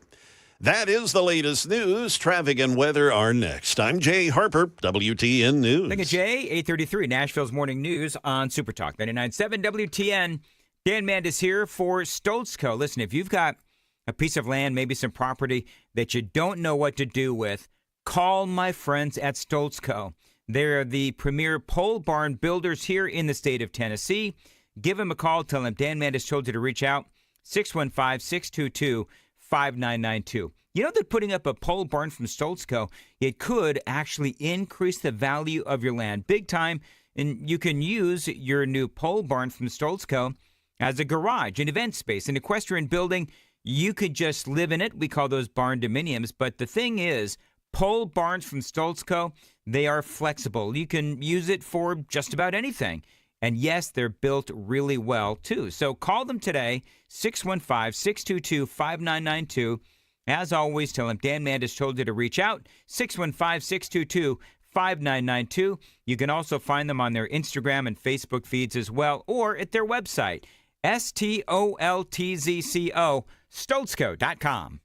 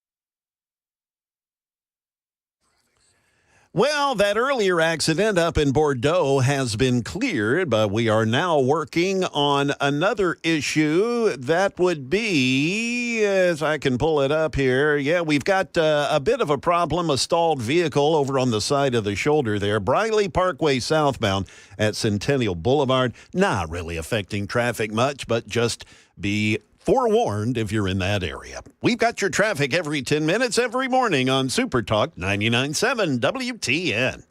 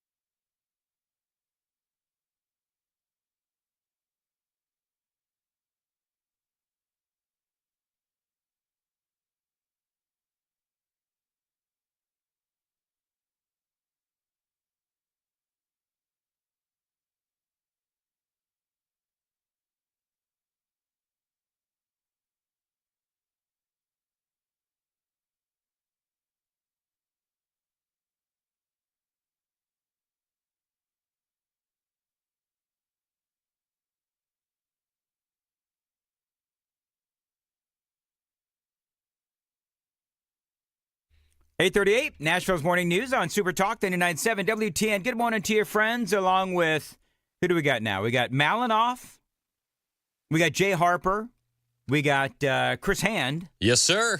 And we've got yours truly. I love the song. New Year's Eve kind of mood. You know, we got 22 minutes till the ball drops in Japan.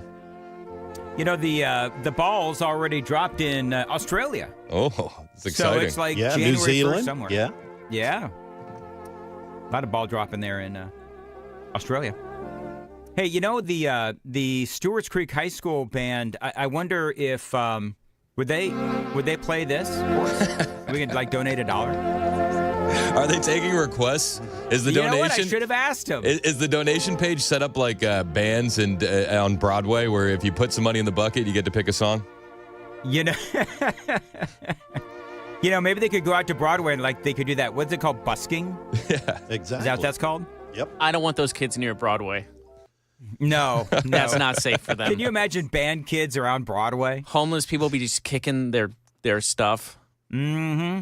Their flutes and tuba. Well, I don't think anybody would steal a tuba, but a flute could get stolen. You underestimate Broadway. Really? Oh, they'll steal anything down there. Anyone on Broadway will steal a tuba. Chris, you ever actually hold a tuba? I've never held a tuba, but I'm thinking of all the ways that someone would melt a tuba down if they did steal it. They use it as they'll use it as like the spare change bucket. Just put it in the little hole at the top.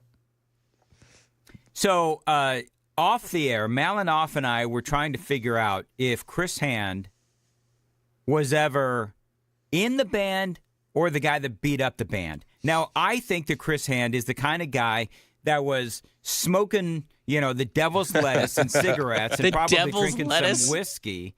And you were probably the kind of person that beat up the band. Yeah. Now, Malinoff says, I swear, no way, Chris Hand was actually in the band. No, the only way I was staying after school for anything was detention. There you go. I thought you'd be in. I thought your parents would make you do band or something. No, That's what I thought. No, it wasn't in the cards. Jeff, you are really a bad reader of people. I will tell you this. It's the one thing that I actually regret from high school was not taking any musical lessons. Boom. There. That's not boom-worthy. Boom. Nope. That's not boom-worthy. Well, Just because he said it doesn't mean that you're right. Well, Chris, means what, he wanted to. Chris, what would have been your instrument of choice had you done that? Oh, I don't know. Wait. I want to take the three of us. What do you think Chris would want to do as his instrument? All right, I'm going to say the little drum thing. The little drum thing. The little drummer boy, Chris Hands. Don't get too technical on us here, Dan. Well, it's like one drum, and they go... What, the little snare? Yeah, drums. Whatever that thing is. Yeah. Yeah, it's so just I think drums. I think Chris would be a drummer.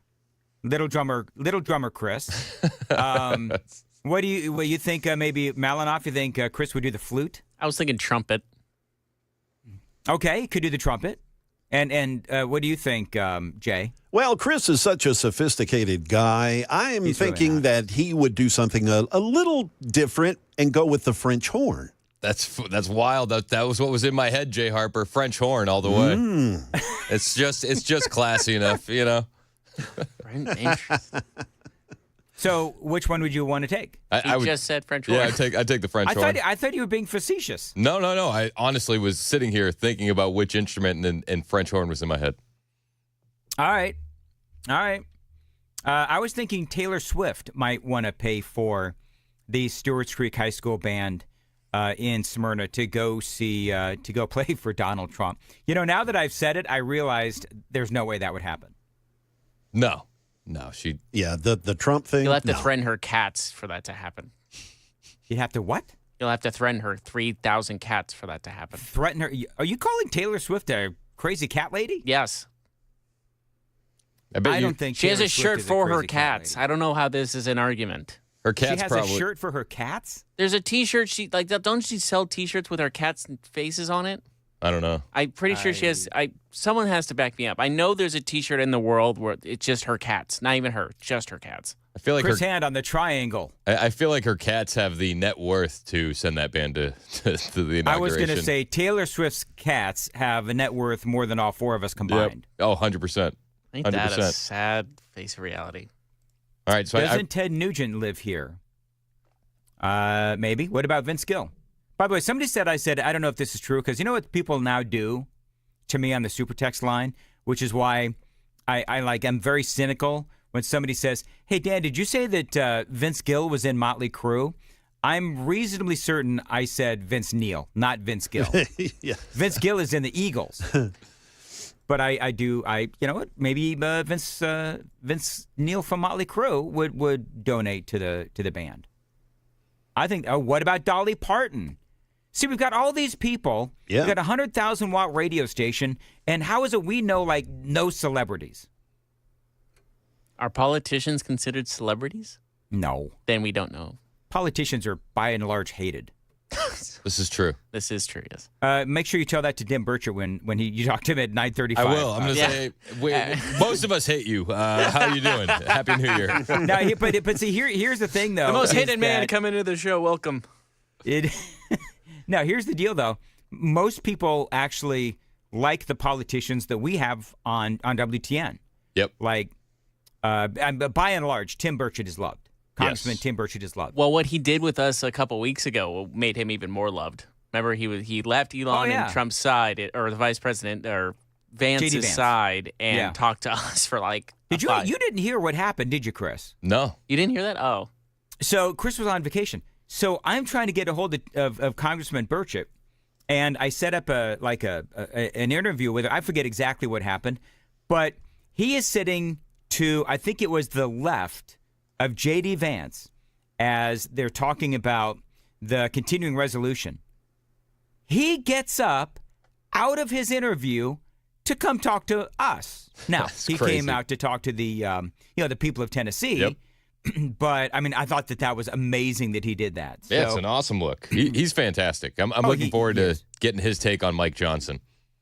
Well, yeah, that is going to be interesting at 9:35. I think a lot of people like Andy Ogles. A lot of people don't like Andy Ogles. I think by and large, I believe people like Scott Desjardins. I think that's the only real three that we. John Rose. I can't find anything to hate about John Rose. No, I don't think anybody has any mean things to say about John Rose. No. So and I think by and large that's as far as lately. I can't seem to get Mark Green on, but for the big four, we've got along. So Tell us how you really feel. No, I'm just saying I can't get animosity much. No, there's no animosity. Dartboard with his face on it in your basement. No, man. All I'm saying is that he's got better things to do. And if you guys keep it up, I'm going to play this. Hey, Chris, what are you doing tonight? I'm going to go to bed early. There you go. I said, you know what? And Chris Hand isn't even 40 yet. No, 36. I said to my wife right before I left, I said we're going to bed at like 7:30, right? She's like, oh, let's do it. There you go. That's a happy marriage for you. Like, legitimately, like, oh, yeah. You want to go to bed early, and you're like, that's the most romantic thing you could say to me. Yep, sign me up. Do you remember as kids trying to stay up all night watching Dick Clark and trying to stay up till midnight? And I remember this. Oh, yeah. I would be up all night, I try to be up all night, and watching Dick Clark's Rockin' New Year's Eve. And you know what I've done on occasion? I'll go back on YouTube, and I'll actually watch the old broadcasts of Dick Clark, just because I think it's so much fun. Yeah, and New Year's Eve on TV hasn't been the same in my book since Dick Clark passed. Which year to go back and watch is your favorite? Was 98 really good? No, it was in the 70s. Shut up, Chris. You want me to age all you guys? You know what, Chris? What? That's what you get. You guys keep popping off. Dan, I'm about to age you very sincerely. When I was younger, all I remembered is when he had his throat issues. Oh, yeah. And all I remember is like him having, like, it sounded like golf balls were in his throat, when he talked, when he was at the end. That's the only time I really remember his, because me growing up, it was everything that was happening, and then it was him at the end doing the countdown. That's all he can muster. That's my childhood memories of Dick Clark. Very sad. New Year's resolutions. We forgot to do this earlier, so let's go through New Year's resolutions. Chris, go. I don't have one yet. I think I need to stop eating so many sweets. I'm sitting down too much. I need to move more. Okay. Move more, less sweets. Yep. Malinoff, go. Keep the same weight I've had. I've lost 40 pounds in the last year, hoping to keep what I'm at right now for the year. All right. Jay Harper, go. Do better at budgeting. It's a good one. Okay. That actually is very good. Trace Atkins, 4702. We do know Trace Atkins. Are you skipping your resolution, Dan? Yeah. No, I don't think anybody cares about my resolutions. You can't pose the question and then avoid the question. Stop being so down on yourself. We want to know. Say it. More bubble baths. There you go. Now I wish I didn't know that. There you go. I immediately regret my decision. People doubt that Dan can do more, but I believe in him. Honey, this is the third one this week. Enough is enough. So, moving right along, but you're a little low, Malinoff. I usually do one a day. So, and on Saturday, if it's a really great weekend. No, I'm actually same as Chris. When you get to be a certain age, I got two things. I got number one, I do need to eat less sweets, and I do need to exercise more. And I want to get eye surgery. Yeah, let's do it. I've got cataracts. Oh, wow. Yeah, and so people were apparently laughing at me because yesterday when we were doing that stupid bit about truther stuff, remember that? Yeah. People were apparently laughing at me because watching me try to read the work computer with that really tiny print font, I couldn't see it. So people were making fun of me because I had to take off my glasses and squint. Do you think that that's a form of ableism? Do you think people are discriminating against you because you have a bit of a disability there, Dan? Sure. Yes, I just wish that was my only disability. Anyway. I've gotten eye surgeries before. It's not that fun. Don't recommend. But you know what? I mean, it's amazing what they can do. They can literally just take out your, eye lens. I don't remember what you call it, and stick another one in. Yeah. That's all they do.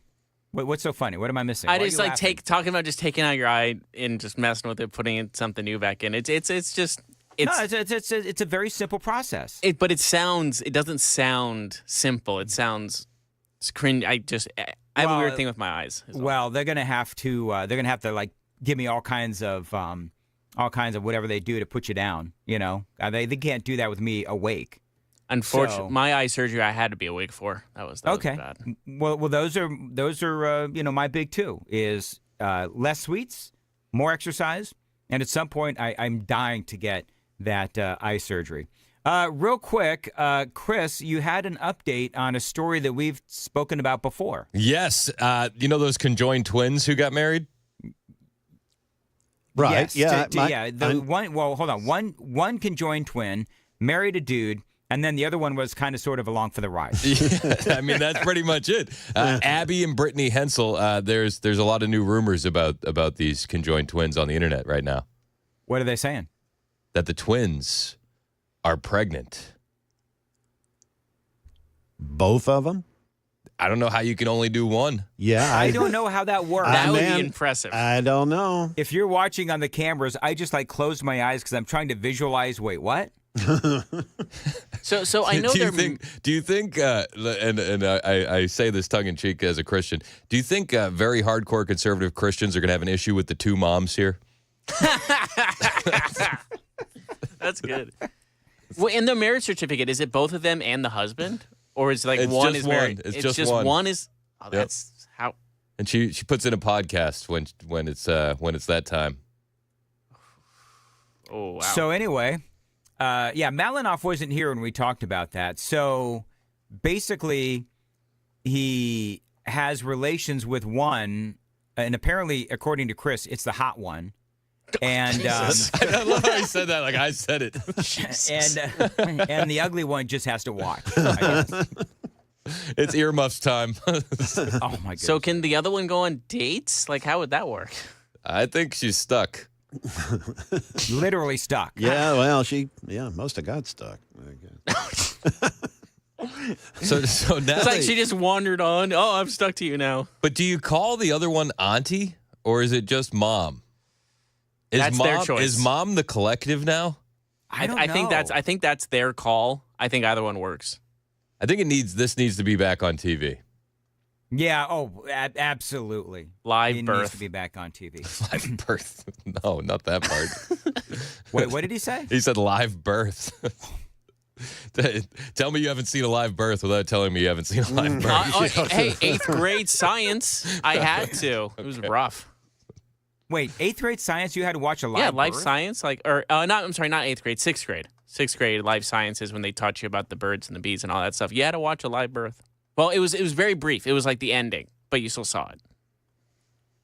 Are you serious? I'm 100% serious. Chris, did they do that to you? No. This is California school, so take it with as you I need was to. in California schools in the 80s. They didn't show me no live birth.